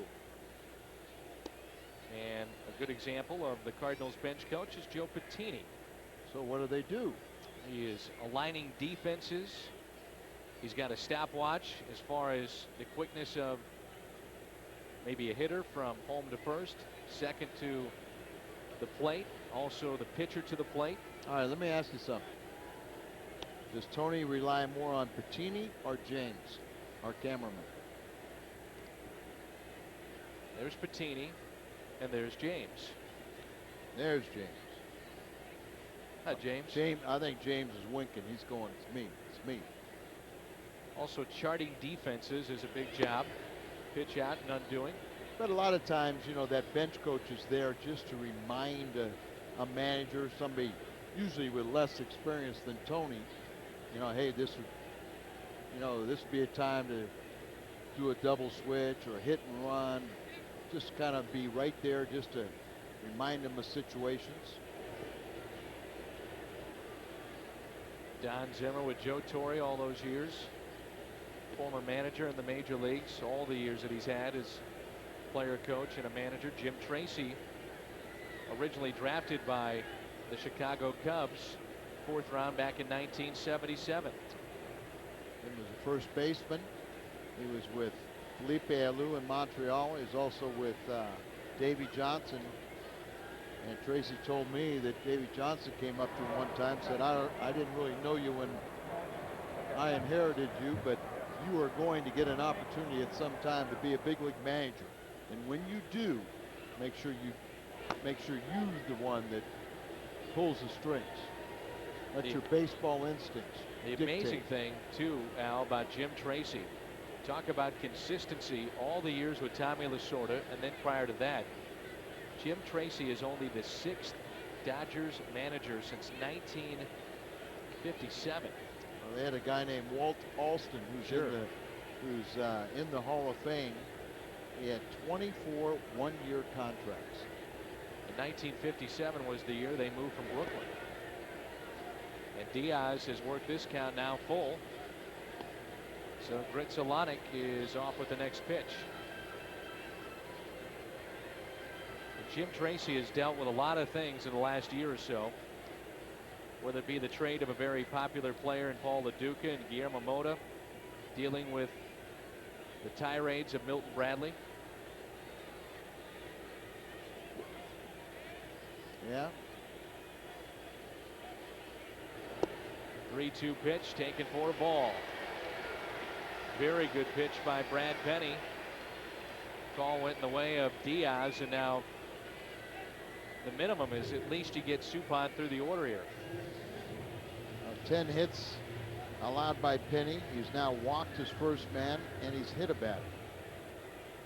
And that pitch count has to be getting up there. Not a lot of strikeouts, as you said, just 3, but Eckstein has made him throw about 30 pitches in his 3 at-bats. Chance for Suppan to help himself. Swing and a miss on a curveball. We're tied 3-3 here in the bottom of the 5th, and already Brad Penny approaching 100 pitches. Now that he's wearing down a little bit, you see like maybe he's going more to that breaking ball. Interesting email from Stephanie Smith wanting you to know about the height of the mound here at Busch Stadium, and is it consistent all through baseball? And I think you'd have to say the answer is no. Well, they try to get consistency, but different ballparks are going to be higher than others. Twice a year, the umpires will come out and measure every mound to try and keep them at regulation. The slope has to be at a certain, can't be on a certain. And Suppan singles up the middle. Gritzalanek being waved home. Throw by Bradley, not in time. And the Cardinals have the lead again. It's 4-3 St. Louis.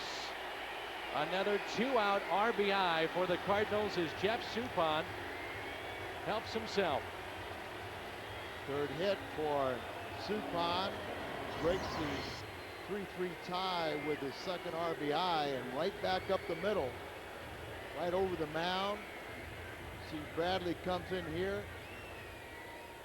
throws the strike, and Grizzalanek a little better speed and takes the legs right out from underneath Phillips. Grizzalanek with 2 outs, you can get a good read and a good jump and come on home and break the tie. And Colburn out there. Phillips was tangled up here with Grizzalanek. Just takes him out there. Jeff does his job, helps himself out. Mounds are 10 inches, right? 10 inches in height. And thanks to Mr. Gibson, they were lowered after the '68 season from 15 to 10 inches. Responsibility of that on-deck hitter is to get in there and help him. You see Eckstein saying, get down, slide, slide. And an easy way to do that is to get on your hands and knees and accentuate the point. Here's David Eckstein, and boys, he made Brad Penny work tonight. The first pitch was a strike. Wilson Alvarez starting to throw in the Dodger bullpen. Eckstein 2 for 3 tonight. Up the middle, that's a base hit. Diaz being waved home. Another play at the plate. Diaz is safe at the plate as the ball was not in time. David Eckstein, a 3-hit night. David, alert base running, goes to second base on the throw. And here with Diaz, you know, very aggressively by Oquendo. And you see him take the legs out from Phillips. Not hit that hard, so he comes home, accurate throw. But look at that slide. Sliding feet first. He takes the legs right out from underneath the catcher. You do that head first, and you run right into a shin guard and don't get to the plate. And give Phillips some credit. He was ready to take the blow at the plate, too. He moved up a couple of feet up the third base line and was ready for contact. And Phillips right now may be stalling to get the Alvarez ready in the bullpen. And it'd be a lefty-lefty matchup here with Larry Walker at the plate. Alvarez trying to get loose in a hurry.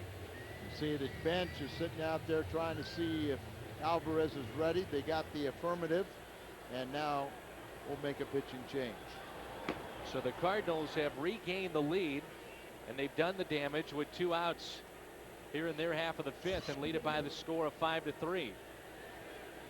RBI base hits by Jeff Suppan and David Eckstein. A 3-hit night for the Cardinal leadoff man. It's 5-3 St. Louis. Okay, as the Cardinals have gotten a couple runs here in the inning to take a lead. Hey, same thing. There's the throw coming home, and the same thing as you look at Larry Walker telling Diaz to get down. He's kind of having to, he's pinned by, Diaz didn't have a real good look at him as he had to look right through the legs of the umpire and also the pitcher, but Larry Walker was doing his job. So Wilson Alvarez started the season on the disabled list. He got a win the other day. That was his 102nd win, the most ever by a pitcher from Venezuela. His 14th year in the big leagues. Started the season on the disabled list with a left shoulder tendonitis. In his 4 previous games, he's 1-0 with a 0 ERA. Last season with the Dodgers, he was 7-6. Did have a save in 40 games. He did make 15 starts, now working out of the bullpen for Los Angeles. Here's Walker, 5 for 9 against this left-hander. And Larry today is 2 for 3. Saw last night, you never have enough runs, so let's get some more 2-out base hits. Runners at second and third. Walker trying to bunt his way on. A beauty. And running into the out is David Eckstein. The run scores, though. The run did score. Eckstein ran right into the out as Walker laid down just a perfect bunt. Now Jim Tracy's going to try to figure out as to whether or not this run should score. It's up on the scoreboard here as an RBI for Walker, and it's 6-3 Cardinals. We'll get a good look at it here. Bunted it a little too hard, so it got all the way to third baseman, but I was watching the home plate umpire, and he signals that the run does count. Who said Suppan doesn't know how to run the bases? And Suppan scores, also picked up an RBI base hit to help himself. Cardinals lead it by 3 runs. Brendan Blaze, tonight's winner. Olmedo signs Ricky Leday and Jason Phillips for the Dodgers here in the 6th. The Cardinals have their biggest lead of the night, 3 runs. It's 6-3. Signs is 2 for 2 with a pair of singles. Both times, though, he's been left stranded. Dodgers have left 5 on tonight.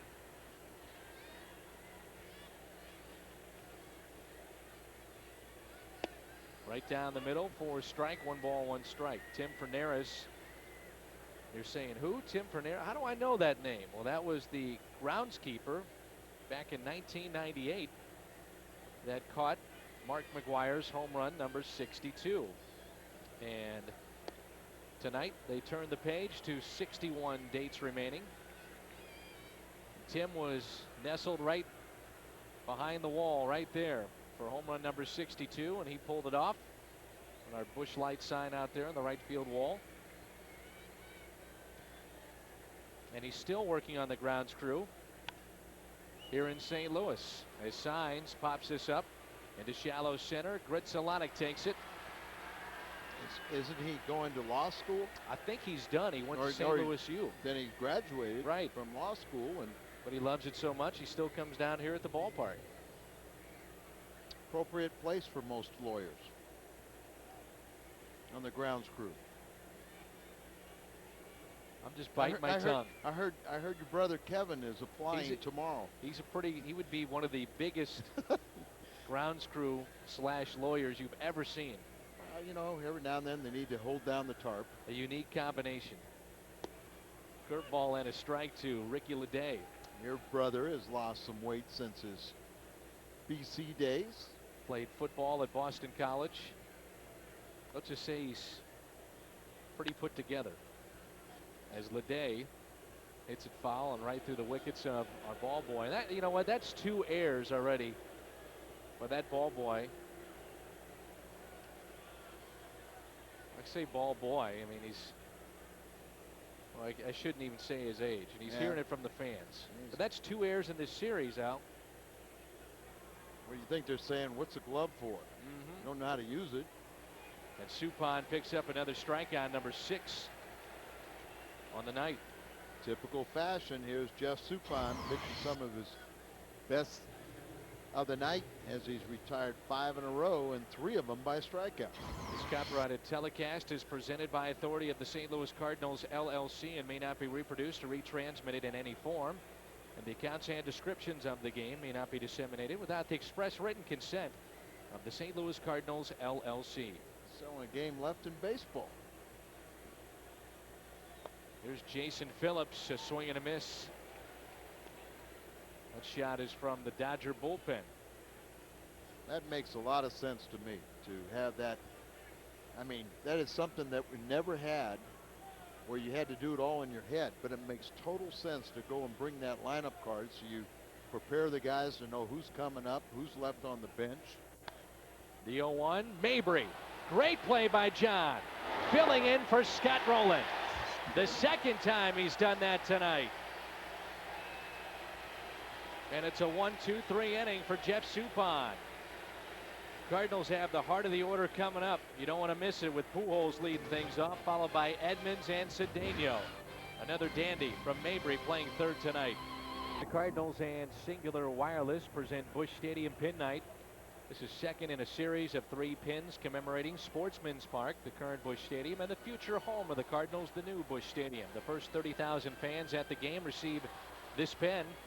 And for tickets, call the Cardinals at 421-2400 or log on to their website at stlcardinals.com. Cardinal Baseball, a production of Bud Sports and an exclusive presentation of FSN Midwest. As Albert Pujols will dig in the Cardinals half of the 6th. St. Louis on top 6-3. First pitch is a strike, fouled away off the bat of Pujols.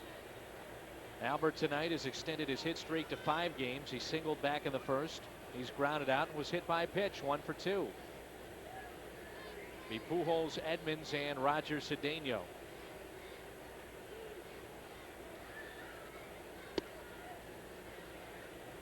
Wilson Alvarez, as you mentioned, Al, the best pitcher statistically out of Venezuela, winning more games than anyone else. Luis Leal's 13 wins for the Blue Jays were the most ever prior to that.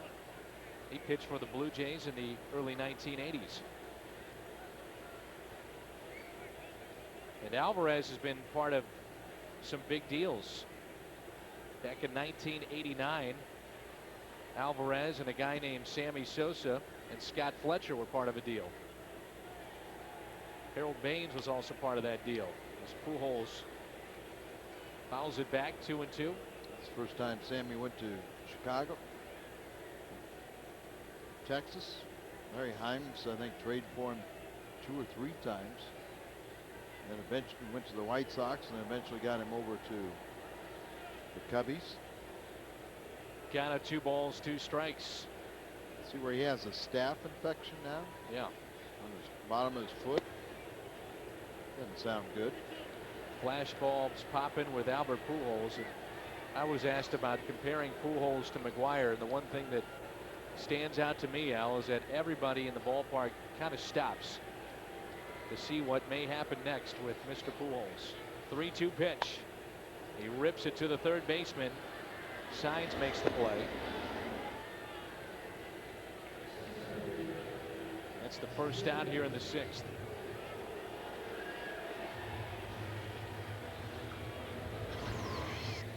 He's got those very quiet hands. He's got a real quick trigger. But he's been out in front a couple times.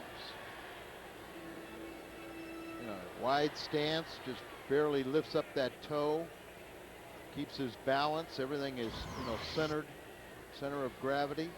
It's amazing how these guys hit. Edmonds being another one that doesn't really stride at all, just picks up that front leg and puts it right down, just like Pujols. Well, there's no one set way to teach, and everybody has to come up with their comfortable. Grounder to Hee-Sop Choi. He'll take it. 2 down. Your good hitters will come to it, do a lot of little things with their hands or getting their into a trigger position, but your good ones really don't move very much at all. So Taguchi will be a pinch hitter for Roger Cedeno. Roger had an RBI on the night, making a start in left.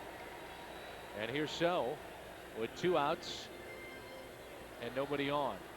No activity in either bullpen.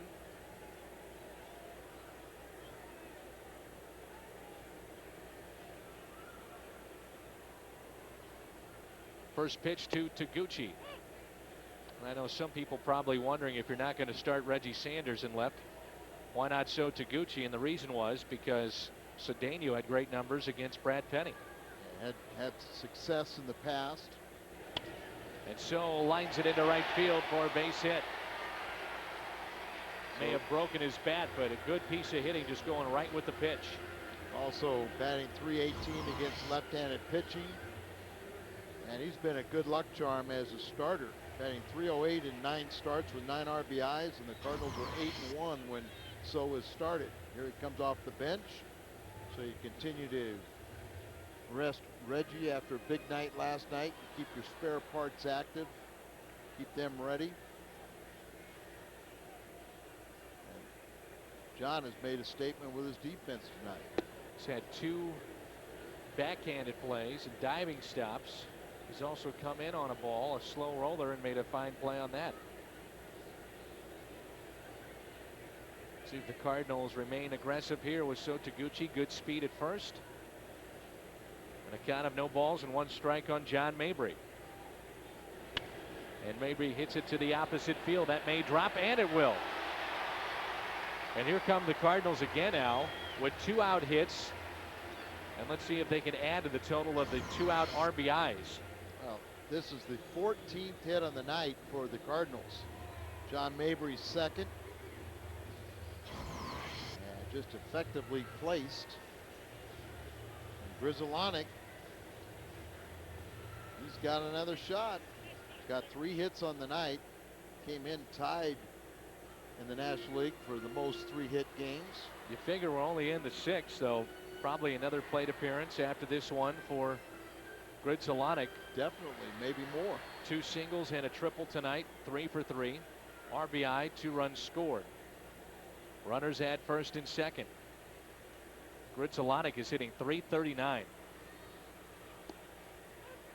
Got off to a slow start in the first 7 to 10 days of the regular season, but since then he has been on a tear, and when he gets hits, they seem to come in bunches. He's been phenomenal in Cardinal victories, as he's hit .363 in the Cardinals' 20 wins, and 16 of those 20 wins he's hit successfully. He's 5 hits shy after his 3 hits tonight of 1,500 in his career, and with his multi-hitting performance tonight, he has hits in 16 of the last 18 games, hitting near 400 during that span. To .355 against left-handed pitching on the year. In the hole here, 0-2. He's been in this spot before, though, already tonight. Ball 1 to the Cardinals' second baseman, and we can't talk enough about the way that this guy turns a double play and the way that his range has been shown as well. It's been outstanding, in particular on the backhanded plays. Well, it comes to play. He's a real professional, fit in very well with his new teammates. He's 7 for 12 in this series. Check swing, did he go? Yes, he did. Looked like he held up, and Grizzolonic didn't get the call, and it's the first time he's been retired tonight. Cardinals strand 2 more. We head to the 7th.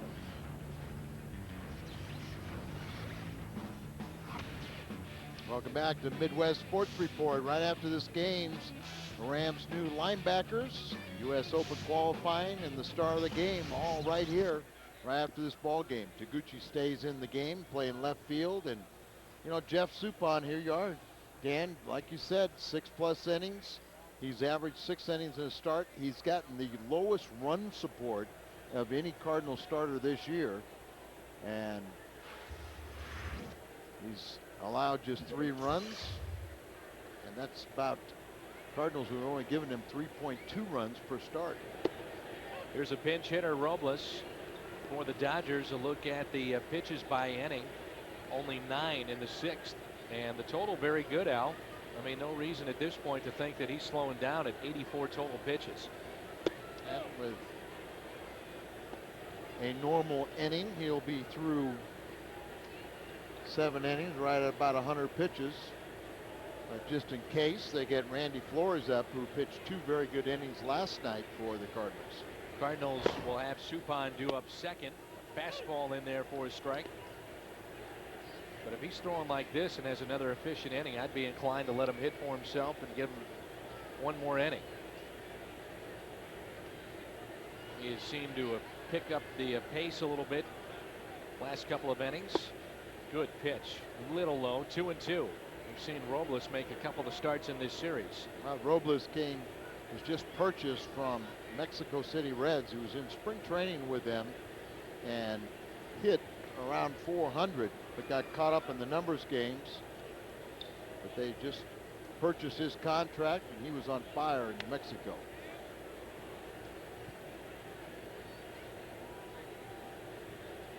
Is Turris on deck, and then Hee-Sop Choi. It's been back and forth until the Cardinals picked up 3 runs in the 5th, and they lead it 6-3. He hit 438 in spring training.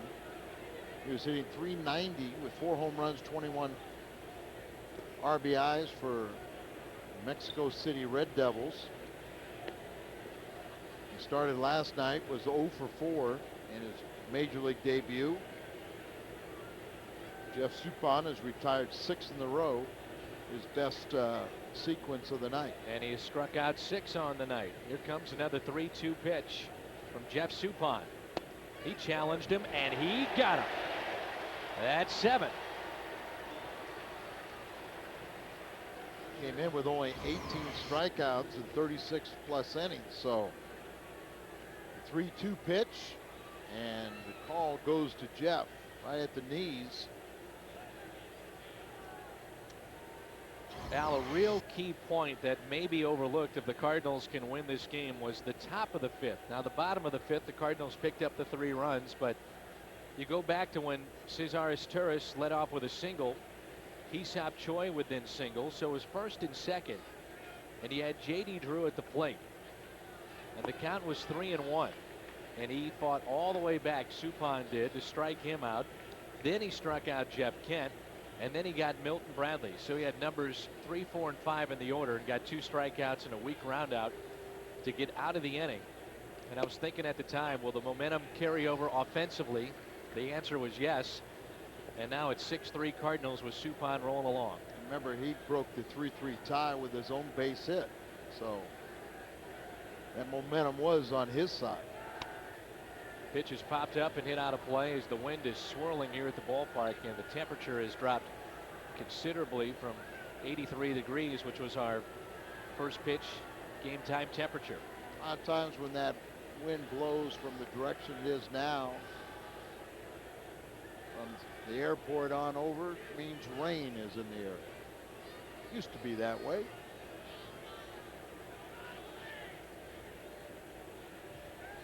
Here's a 1-2 pitch. That's an out. Into center field, Edmonds in front of the Budweiser side, and he makes the play for out number 2.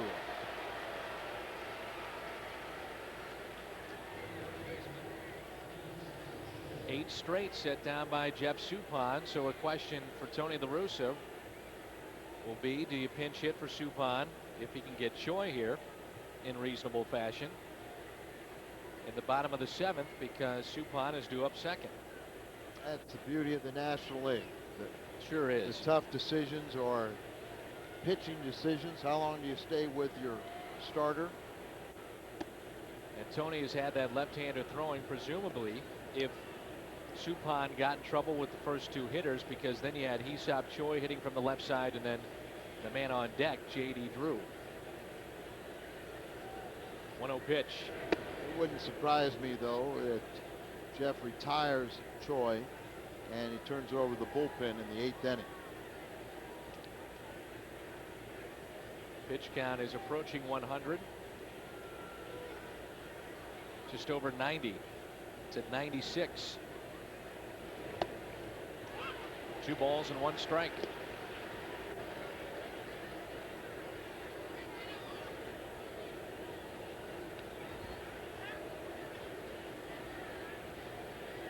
A curious move by Jim Tracy in making out his lineup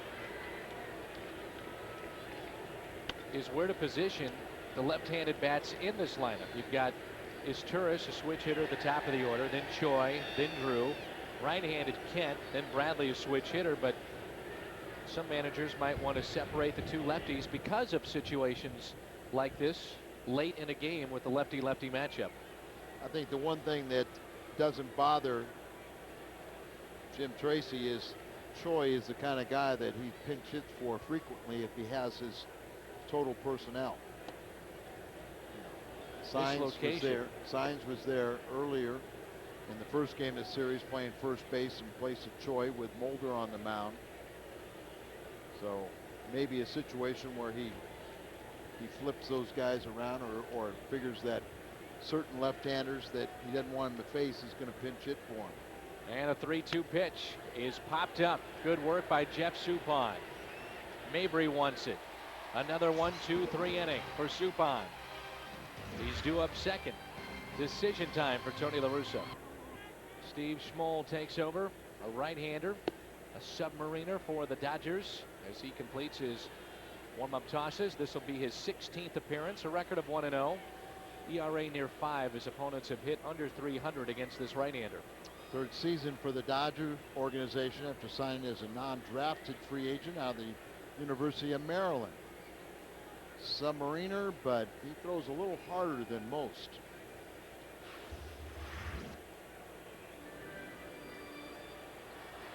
So Jeff Suppan is on the on-deck circle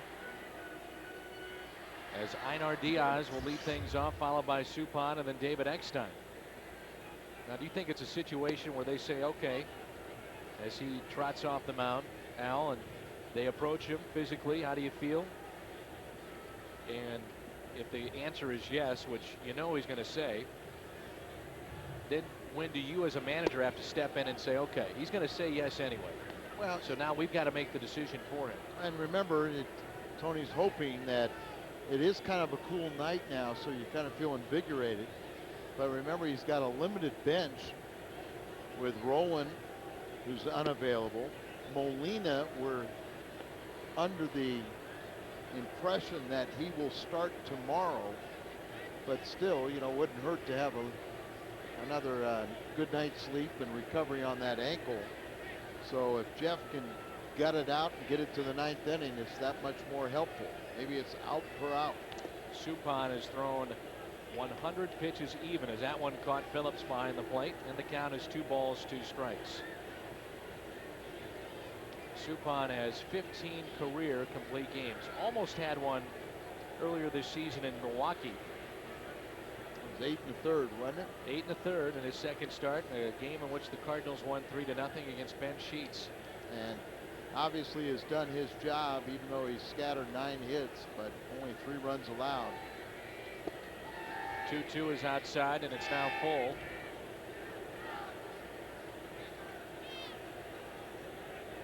Jeff Suppan has helped himself out with a sacrifice. Also an RBI single back in that 3-run 5th. Sure wouldn't hurt if he got the opportunity to sacrifice again. Diaz in the left center field. Bradley calling off the left fielder, and he'll make the play. Now Jason Marquis, because of that limited bench, he will pinch hit for Suppan. So kind of the decoy out there. That's going to be it for Jeff Suppan. Can only be the winner tonight. So with that limited bench, as you talk about, Al, with Scott Rowland dinged up, not on the disabled list yet. And the Cardinals will turn it over to Randy Flores, and Yadier Molina not quite available. Cardinals turn it over to Marquis. And there's Dan Hell, one of the bullpen catchers and one of Scott Rowland's best friends. Those two played together in the Phillies organization. Well, actually, Danny Hill was the third baseman until Scott Rowland signed, and then he had to find a new position. But you're right. The reason Dan Held is here and bullpen catcher and helps out with batting practice because Scott Rowland, close friend, feels obligated to him, and he's been a nice addition. I think what's his third year for Dan being with the Cardinals. 1 ball, 1 strike on Marquis. Check swing is popped up. Phillips drops it. Couldn't see it with the bill of his helmet. Did the tough part of getting back and locating. Really wasn't hit that high, so he circles it, gets back right in the glove, and then ejects it. Flips it out. Fools Marquis right there. And that's the second error on the Dodgers tonight, the other by J.D. Drew in right field. Marquis has a life with a ball and 2 strikes. Now he calls time, like a seasoned veteran up there. And David Eckstein is on deck. Marquis is hitting .333 with 4 RBIs on the year, no home runs. 6 for 18. And he chops this one up the middle. His Torres is there to his left, and the Gold Glover puts it away. Cardinal fans, don't miss a minute of the action with Game Day Audio. Listen to Cardinals games live right from your computer. Sign up for Game Day Audio exclusively at stlcardinals.com for Game Day Audio and everything baseball. Log on to stlcardinals.com. And with 2 outs, nobody on, the batter will be David Eckstein. A 3-hit night for the Cardinals shortstop. He is 7 for 11 in this series. You go back to the 3-run 5th for the Cardinals. RBI base hit by the pitcher, Jeff Suppan. And the damage was done with 2 outs. Then an RBI base hit by Eckstein. And I'm sure a lot of people wondering how the Cardinals picked up that 3rd run with the 3rd out off the bat of Larry Walker. Remember, it was a bunt hit up the line, and the run scored before the out. He just bunted it a little too hard, and David, trying to advance from second, was tagged out, but not before Suppan crossed the plate on the RBI and fielder's choice. Starting to drizzle here at the ballpark, and a count of 1-2 on David Eckstein. And blowing from that direction, temperature drop, rain was about to come. 2-2. Drizzling, but you can see some occasionally a pretty good sized drops. Cardinals have pounded out 14 hits tonight against the Dodgers. There's those big drops that you're talking about. 12 of the 14 against Brad Penny, who lasted 4 2/3, and then it was Wilson Alvarez, and now this right-hander, and it's a 4-hit night for David Eckstein. That's great. He has been so much fun to watch. Fits in so well with his teammates. Kind of a quiet guy and very unassuming, but you can just tell he loves to play this game and plays it the right way. 4 singles on the night. He's also got an RBI. That average has to be over 300 now. Came in at 299. And it's Walker, 2 for 4 in the game tonight with an RBI, 13 on the season, 4 homers, and a .292 average. First pitch inside. David Eckstein, a 4-hit night for the Cardinals. 15 hits for St. Louis tonight. David with 4 of them. 6-3 Cardinals. Walker trying to add to it. That's down the right field line. Off the Southwest Airlines sign. Misplayed by Drew. Eckstein being waved home. throw is up the line and gets away, and Walker has his second RBI of the night, and it's 7-3 Cardinals. And you're absolutely right. J.D. Drew should have known at least the possibility of that ball not getting to the corner and going off that Southwest Airlines sign down the corner. He played it as if it was going to get down the corner. It deflected away from him. You'll see what I'm talking about right here. Deflects here, and he was down in the corner as if it was going to get by that little quirky corner. And Eckstein circles the bases, and Walker to third on the triple, and his third RBI of the night. And another 2-out RBI for the Cardinals. Common theme in this game tonight for the Cardinals with 2 outs. Cardinals have done that a lot lately, and that just kills the pitching staff. Sure does. And now it's Pujols. All things considered, Albert's been pretty quiet with his lone hit back in the first inning, as the Cardinals have banged out 16 hits. And nice going, Jeff Suppan. Just guarantee and make sure he gets the win. Seemed like we had this score last night. It was earlier in the game, 7-3. Don't remind me. It's going to happen on occasion, but not often. DJ Holton, Rule 5 draftee, is warming up. And a strike to Pujols on 3-0. Albert will take that. Al, I believe all 7 runs have been scored with 2 outs by the Cardinals.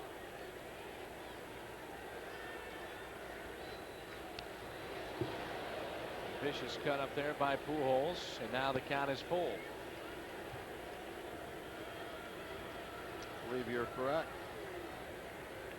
So all the runs tonight done with 2 outs against the Dodgers. Demoralizing when that happens. Full count on Albert Pujols. First time they went inside on Pujols. And the Cardinals saw that aspect too, is last night LA scored 6 runs with 2 outs in the 6th inning.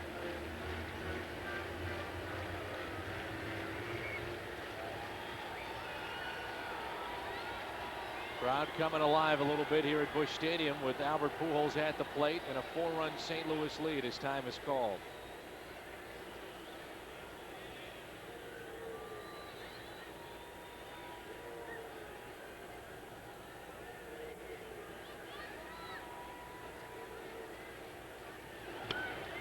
Spoils another pitch.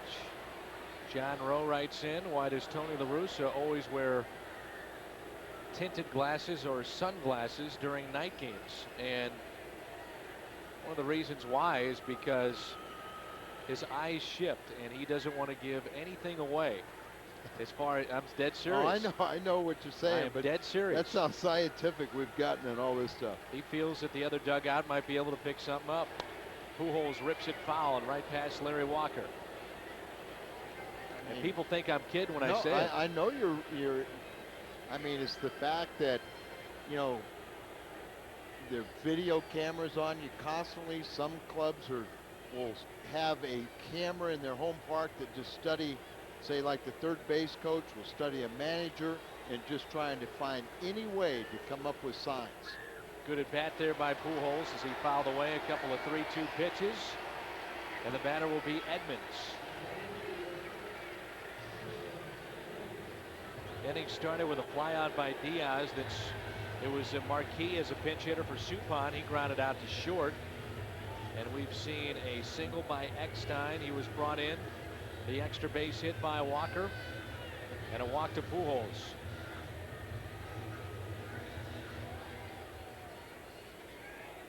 $35,671 in attendance tonight. Best damn sports show, period. The greatest nightly sports show on television with host Chris Rose and co-host John Sally and Rob Dibble, along with Rodney Pete. Cowboys great Michael Irvin and Leanne Tweeden back on the Best Damn Sports Show, period, tonight 10:30 following Cardinal baseball and the Midwest Sports Report.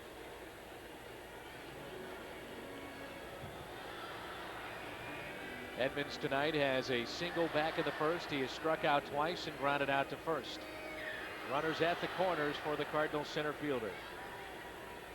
Left-handed batters get a real good look at a right-handed submariner. See the release point, easier for them to follow it.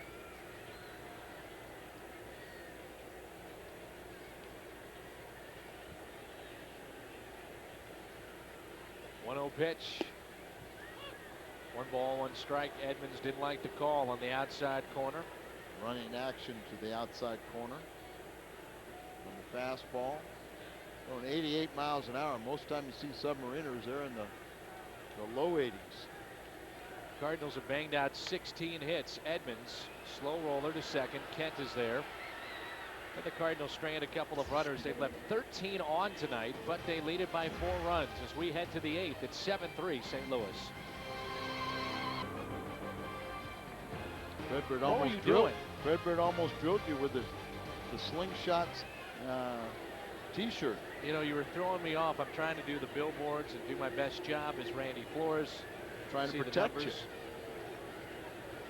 And Fredbird and Team Fredbird are shooting hot dogs or something, and you're saying, come on up here. We invite you. T-shirt. That thing would have drilled me right in the head. And then everybody would have been left with Al Rabosky doing some play-by-play. That's the reason why I would have protected you. That would have been a treat.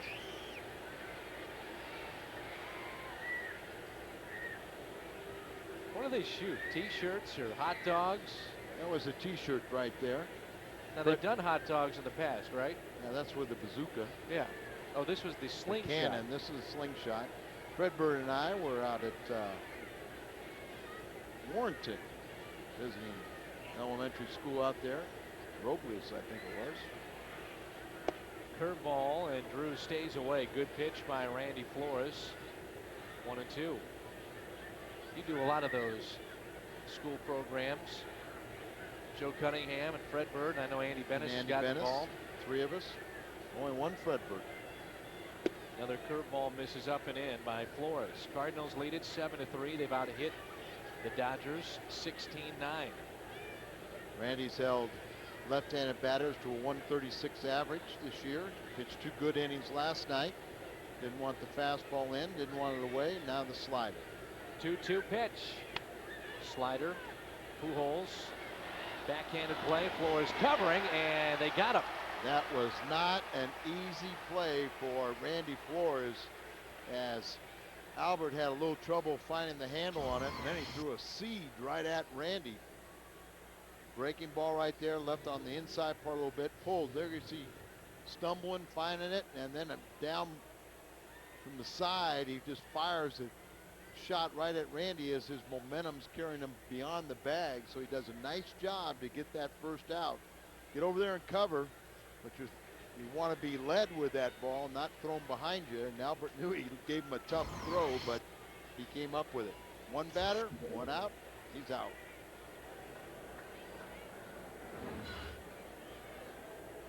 Southwest Airlines. Julian Tavares, his 16th appearance.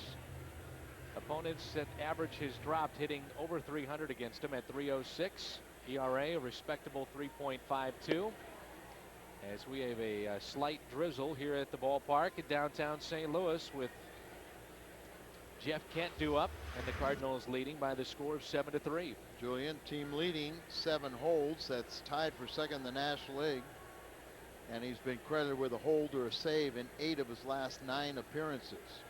He got that 7th hold on Monday night, protecting that lead against LA.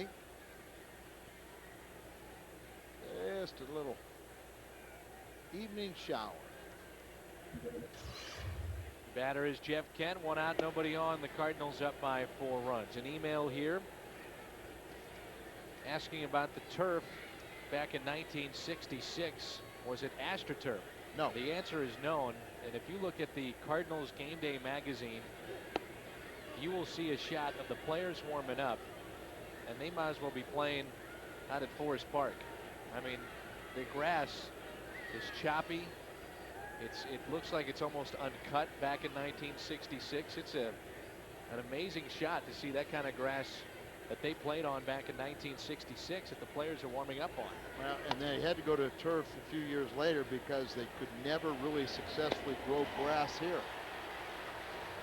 They say St. Louis is one of the most difficult areas in the country to grow grass, but it had something to do also with the sculpturing of the outer rim, and particularly in right field, they never got enough sun, so that part would always burn out, and never could grow grass there.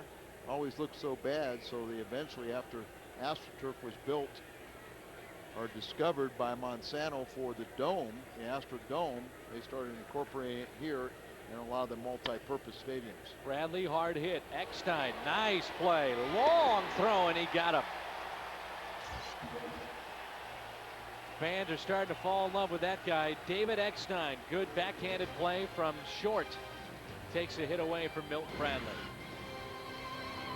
Cap is brought to you by Bank of America, the official bank of baseball. Scott Rowland is out, so John Mabry is in. Jeff Suppan in trouble. Don't worry about it. He pitched out of it.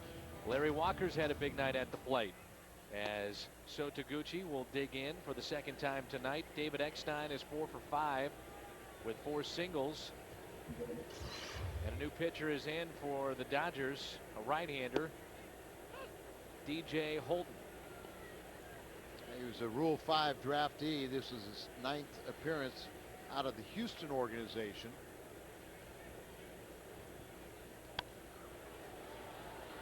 He was in Double-A last year with Houston.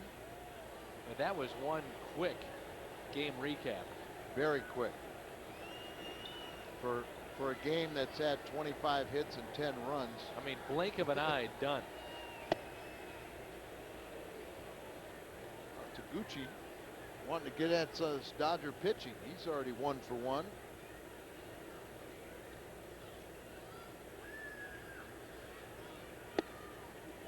Suppan, good night. Eckstein, 4 hits. That's your game recap. So far, a good start to the bullpen. The foul ball off the bat of Taguchi. He's 1 for 1 tonight.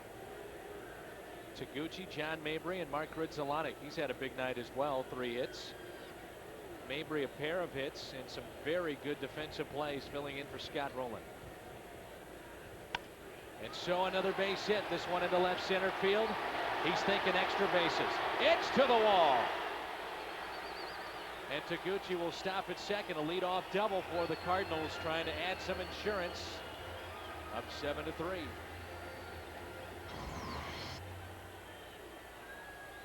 So is 2 for 2. Yeah, he gets a high fastball there, and just the maturity as he turns on that ball, hits it all the way to the wall. And not only is the pitching coach for the Dodgers, Jim Colburn, but he was also a very, very big component scouting for the Dodgers in the Pacific Rim, and he was associated with the team that Taguchi was on. And he'll tell you what a outstanding person he is, but he knew he was a good ball player, but he was really surprised at how well he has developed as a hitter here in the United States. Taguchi, when he first started playing, was an infielder, but then he was in the outfield with Ichiro. Think about how good defensively that outfield Oryx Blue Wave must have been with Ichiro and Taguchi. People forget when So was first called up, it was in Seattle, interleague play a couple of years ago, and Taguchi would later say that he was kind of embarrassed on the way that things had transpired for him and how well Ichiro would play. That's going to be a base hit and right. Will they test J.D. Drew? They will not. Runners at the corners from Mark Grizzolanic. Good piece of hitting by Mabry just to stick the bat out and hit it into right. 3 That's hits. his 3rd hit. He's got to be pushing 300 now. It was 200 or 290 before this at bat. Goes down, gets it, lifts it over the infield, and the Cardinals have 18 hits. And that's a season high for the Redbirds this year, 18 hits. And here's Grizzolanic. Mark a pair of singles, 2 runs scored, an RBI triple back in the 3rd. He struck out back in the 6th. Single, triple, single.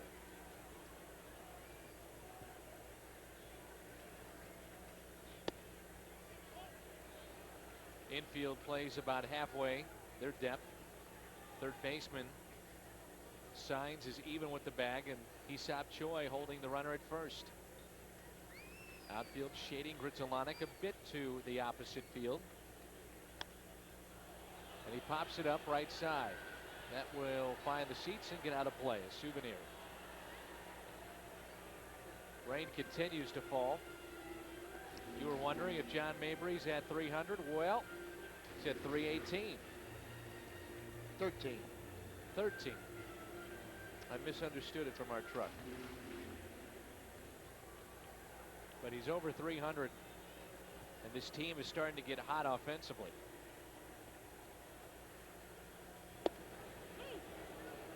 One and two the count on Gritzelanek. Holton, in 106 games, including 87 starts, he had a combined record of 39 and 23, 3.33 ERA through the Houston organization. Man at the plate is hitting .336, and he's hit by the pitch. Looks like it may have caught his forearm. He seems to be all right. Barry Weinberg will come out from the Cardinal dugout. And now the bases will be loaded for Einar Diaz. You always worry about hand to the wrist. Yep. And of course you got a Rule 5 draftees out there who's just trying to protect himself right around the elbow. That's what I was worried about. Thing goes numb, and then you get a little feeling back in it. No, it wasn't intentional, but that's also part of the equation. If you're going to be up here, you got to make sure you can throw enough strikes that you don't hurt people. Inning started with a double by Taguchi, a single by Mabry. Gritzelanek hit by the pitch, and a chance for Einar Diaz at the plate to bust this game wide open. The Cardinals lead it 7-3. While we have a moment, our thanks to Tom Mee, our director tonight, Mike Helling, our producer, Doug Stanton, Lindsey Polite, Jeff Amos, Tim Garcia up here with us, along with Tom Phillips and the rest of the Bud Sports crew. Diaz is trying to get in on the fun. He is 0 for 10 in the series. Walked and scored back in the fifth. It's popped out to the catcher, to short, and to center. Bases loaded, nobody out. Infield in, curveball and a strike. Diaz is hitting .240 on the year. Cardinals are hoping to get Yadier Molina back in the lineup tomorrow. Talking with Yadier before the game, he feels good. Diaz into left field. That drops for a hit. And 2 runs are going to score. 9-3 St. Louis. Taguchi and Mabry get in the act. 9 runs on 19 hits. And Tavares will hit for himself. Wasn't pretty, but it was effective. With the infield drawn in, it still would have been a base hit either way, and 2 runners score. All right, let me ask you this question. Jose Oquendo is visiting right now with Julian Tavares. What does that conversation consist of? First pitch, go up swinging, try to sacrifice. Don't hurt yourself. Don't hurt yourself. I mean, I'm serious on all 3 of those questions. Yeah, I mean, don't be swinging for the fences. And Tavares, did we see him hit last year? I think so.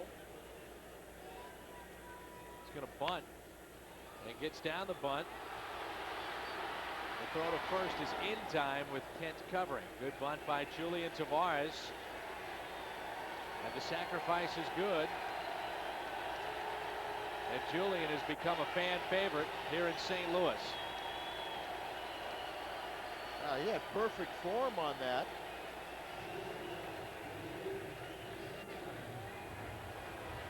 And sometimes you wonder why you bunt or you're up by 6, but I think you throw out all those old books, all those unwritten rules, because in today's scoring, well, look at what happened yesterday. Yeah, no lead is ever safe.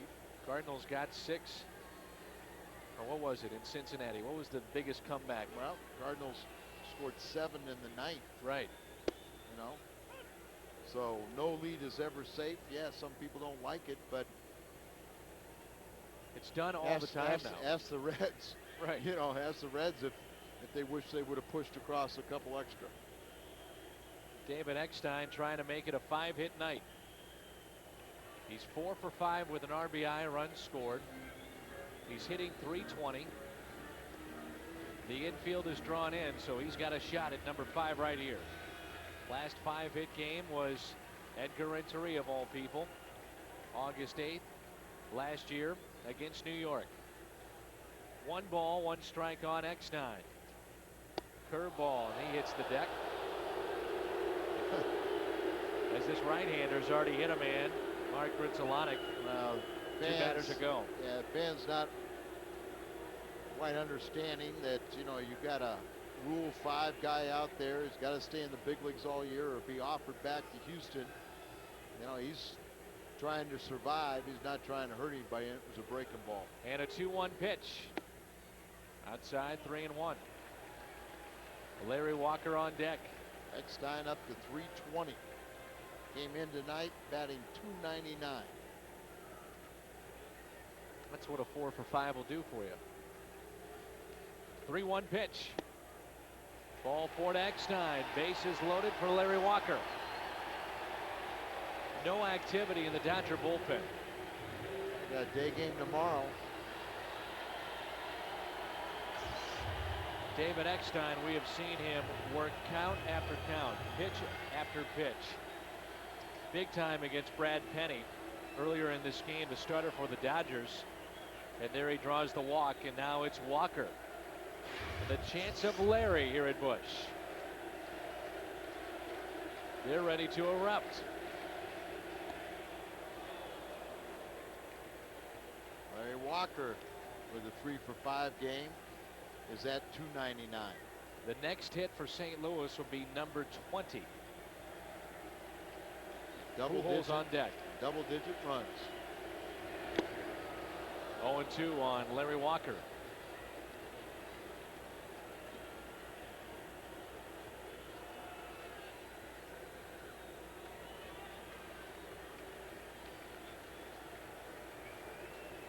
Try and go up the ladder is what they wanted. See if it's another breaking ball. Walker is swinging a miss, and he strikes out on 3 pitches. And he's 3 for 6 on the night. And now it's Pujols with the bases loaded. Oh.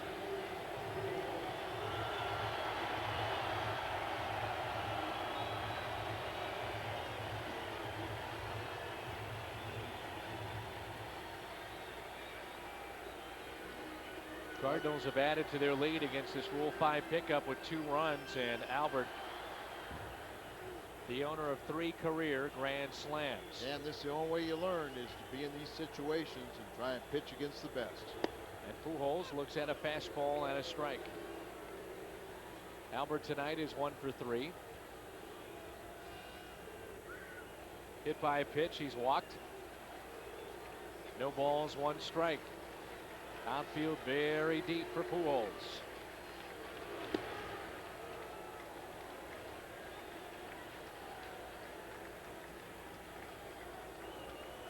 Came in batting .341, and that's where he currently stands. Here comes a 1-1 pitch with the bases loaded to Pujols. Strike in the outside corner puts Albert in the hole. 1-2. Breaking ball there. Seen 2 fastballs. He threw a slider.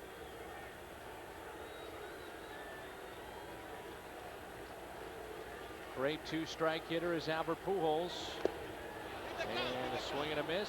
Phillips held on, and Pujols strikes out. Cardinals strand the bases loaded. 9th inning coming up. They lead it by 6 runs. Free St. Louis as we move to the 9th. The Cardinals have knocked out 19 hits without Reggie Sanders in the lineup, without Scott Rowland in the lineup. As we look ahead to tomorrow, Derek Lowe will be on the mound for the Dodgers. And it'll be Chris Carpenter for the Cardinals, who is 4-2. Lowe is 2-2, but an ERA that's under 2. Almedo Signs is the hitter. The first pitch is popped into right and out of play. Crowd of 35,671 here tonight. Tomorrow's game will be on Fox Sports Net beginning at 11:30 with Cardinals Today. Play-by-play coverage beginning at noon. And again this Saturday we will be on Fox as well from Shea Stadium. Friday night from Shea, and then Saturday afternoon as well. 0-1 pitch. Popped up again and out of play. Another souvenir. Flores got the first man out in the 8th. Tavares came in, got the only 2 men he's faced. Throwing strikes, trying to do it in efficient fashion. I don't know if you saw the pitching pairing for Saturday, not to get too far ahead, but Mark Mulder and Pedro Martinez. Oh, wonder if anybody's ever heard of those guys. That will be some kind of fun. And then Marquis against Tom Glavine, former teammates in Atlanta. And Tom Glavine's off to a terrible start for the Mets. He's 1-4. ERA is near 7. And Jason Marquis quietly has gone about his business, and he's 5-1. It could very much be a huge part of the success of the Cardinals in 2005. Here's a 1-2 pitch.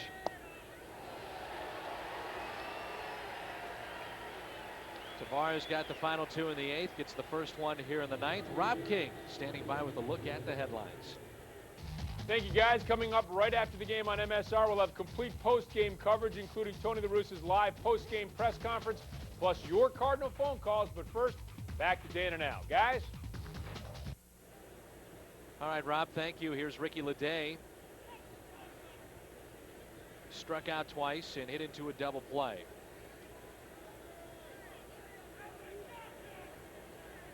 Tavares trying to finish this one off. He's in relief of Randy Flores, who saw one batter. That was J.D. Drew. Got him to ground out. And the Cardinals relief corps trying to hold on for Jeff Suppan, who had 7 strong innings here tonight. And again, Al, I go back to that 5th inning. J.D. Drew with nobody out, 1st and 2nd, a 3-1 count. Suppan strikes him out. He strikes out Jeff Kent, and then he gets Milton Bradley to ground out. Cardinals pick up 3 in their half of the inning and never have looked back. That's right. It was 3-3 at that time. 2 guys that have given Suppan trouble, and he struck both of them out. And he didn't allow a base runner after that point, too. So he bowed his neck. Looks like Tavares wants to finish this one out in rapid fashion. Cardinals would win the first 2 out of 3 against this series against division leaders. 1-2 pitch from Julian Tavares.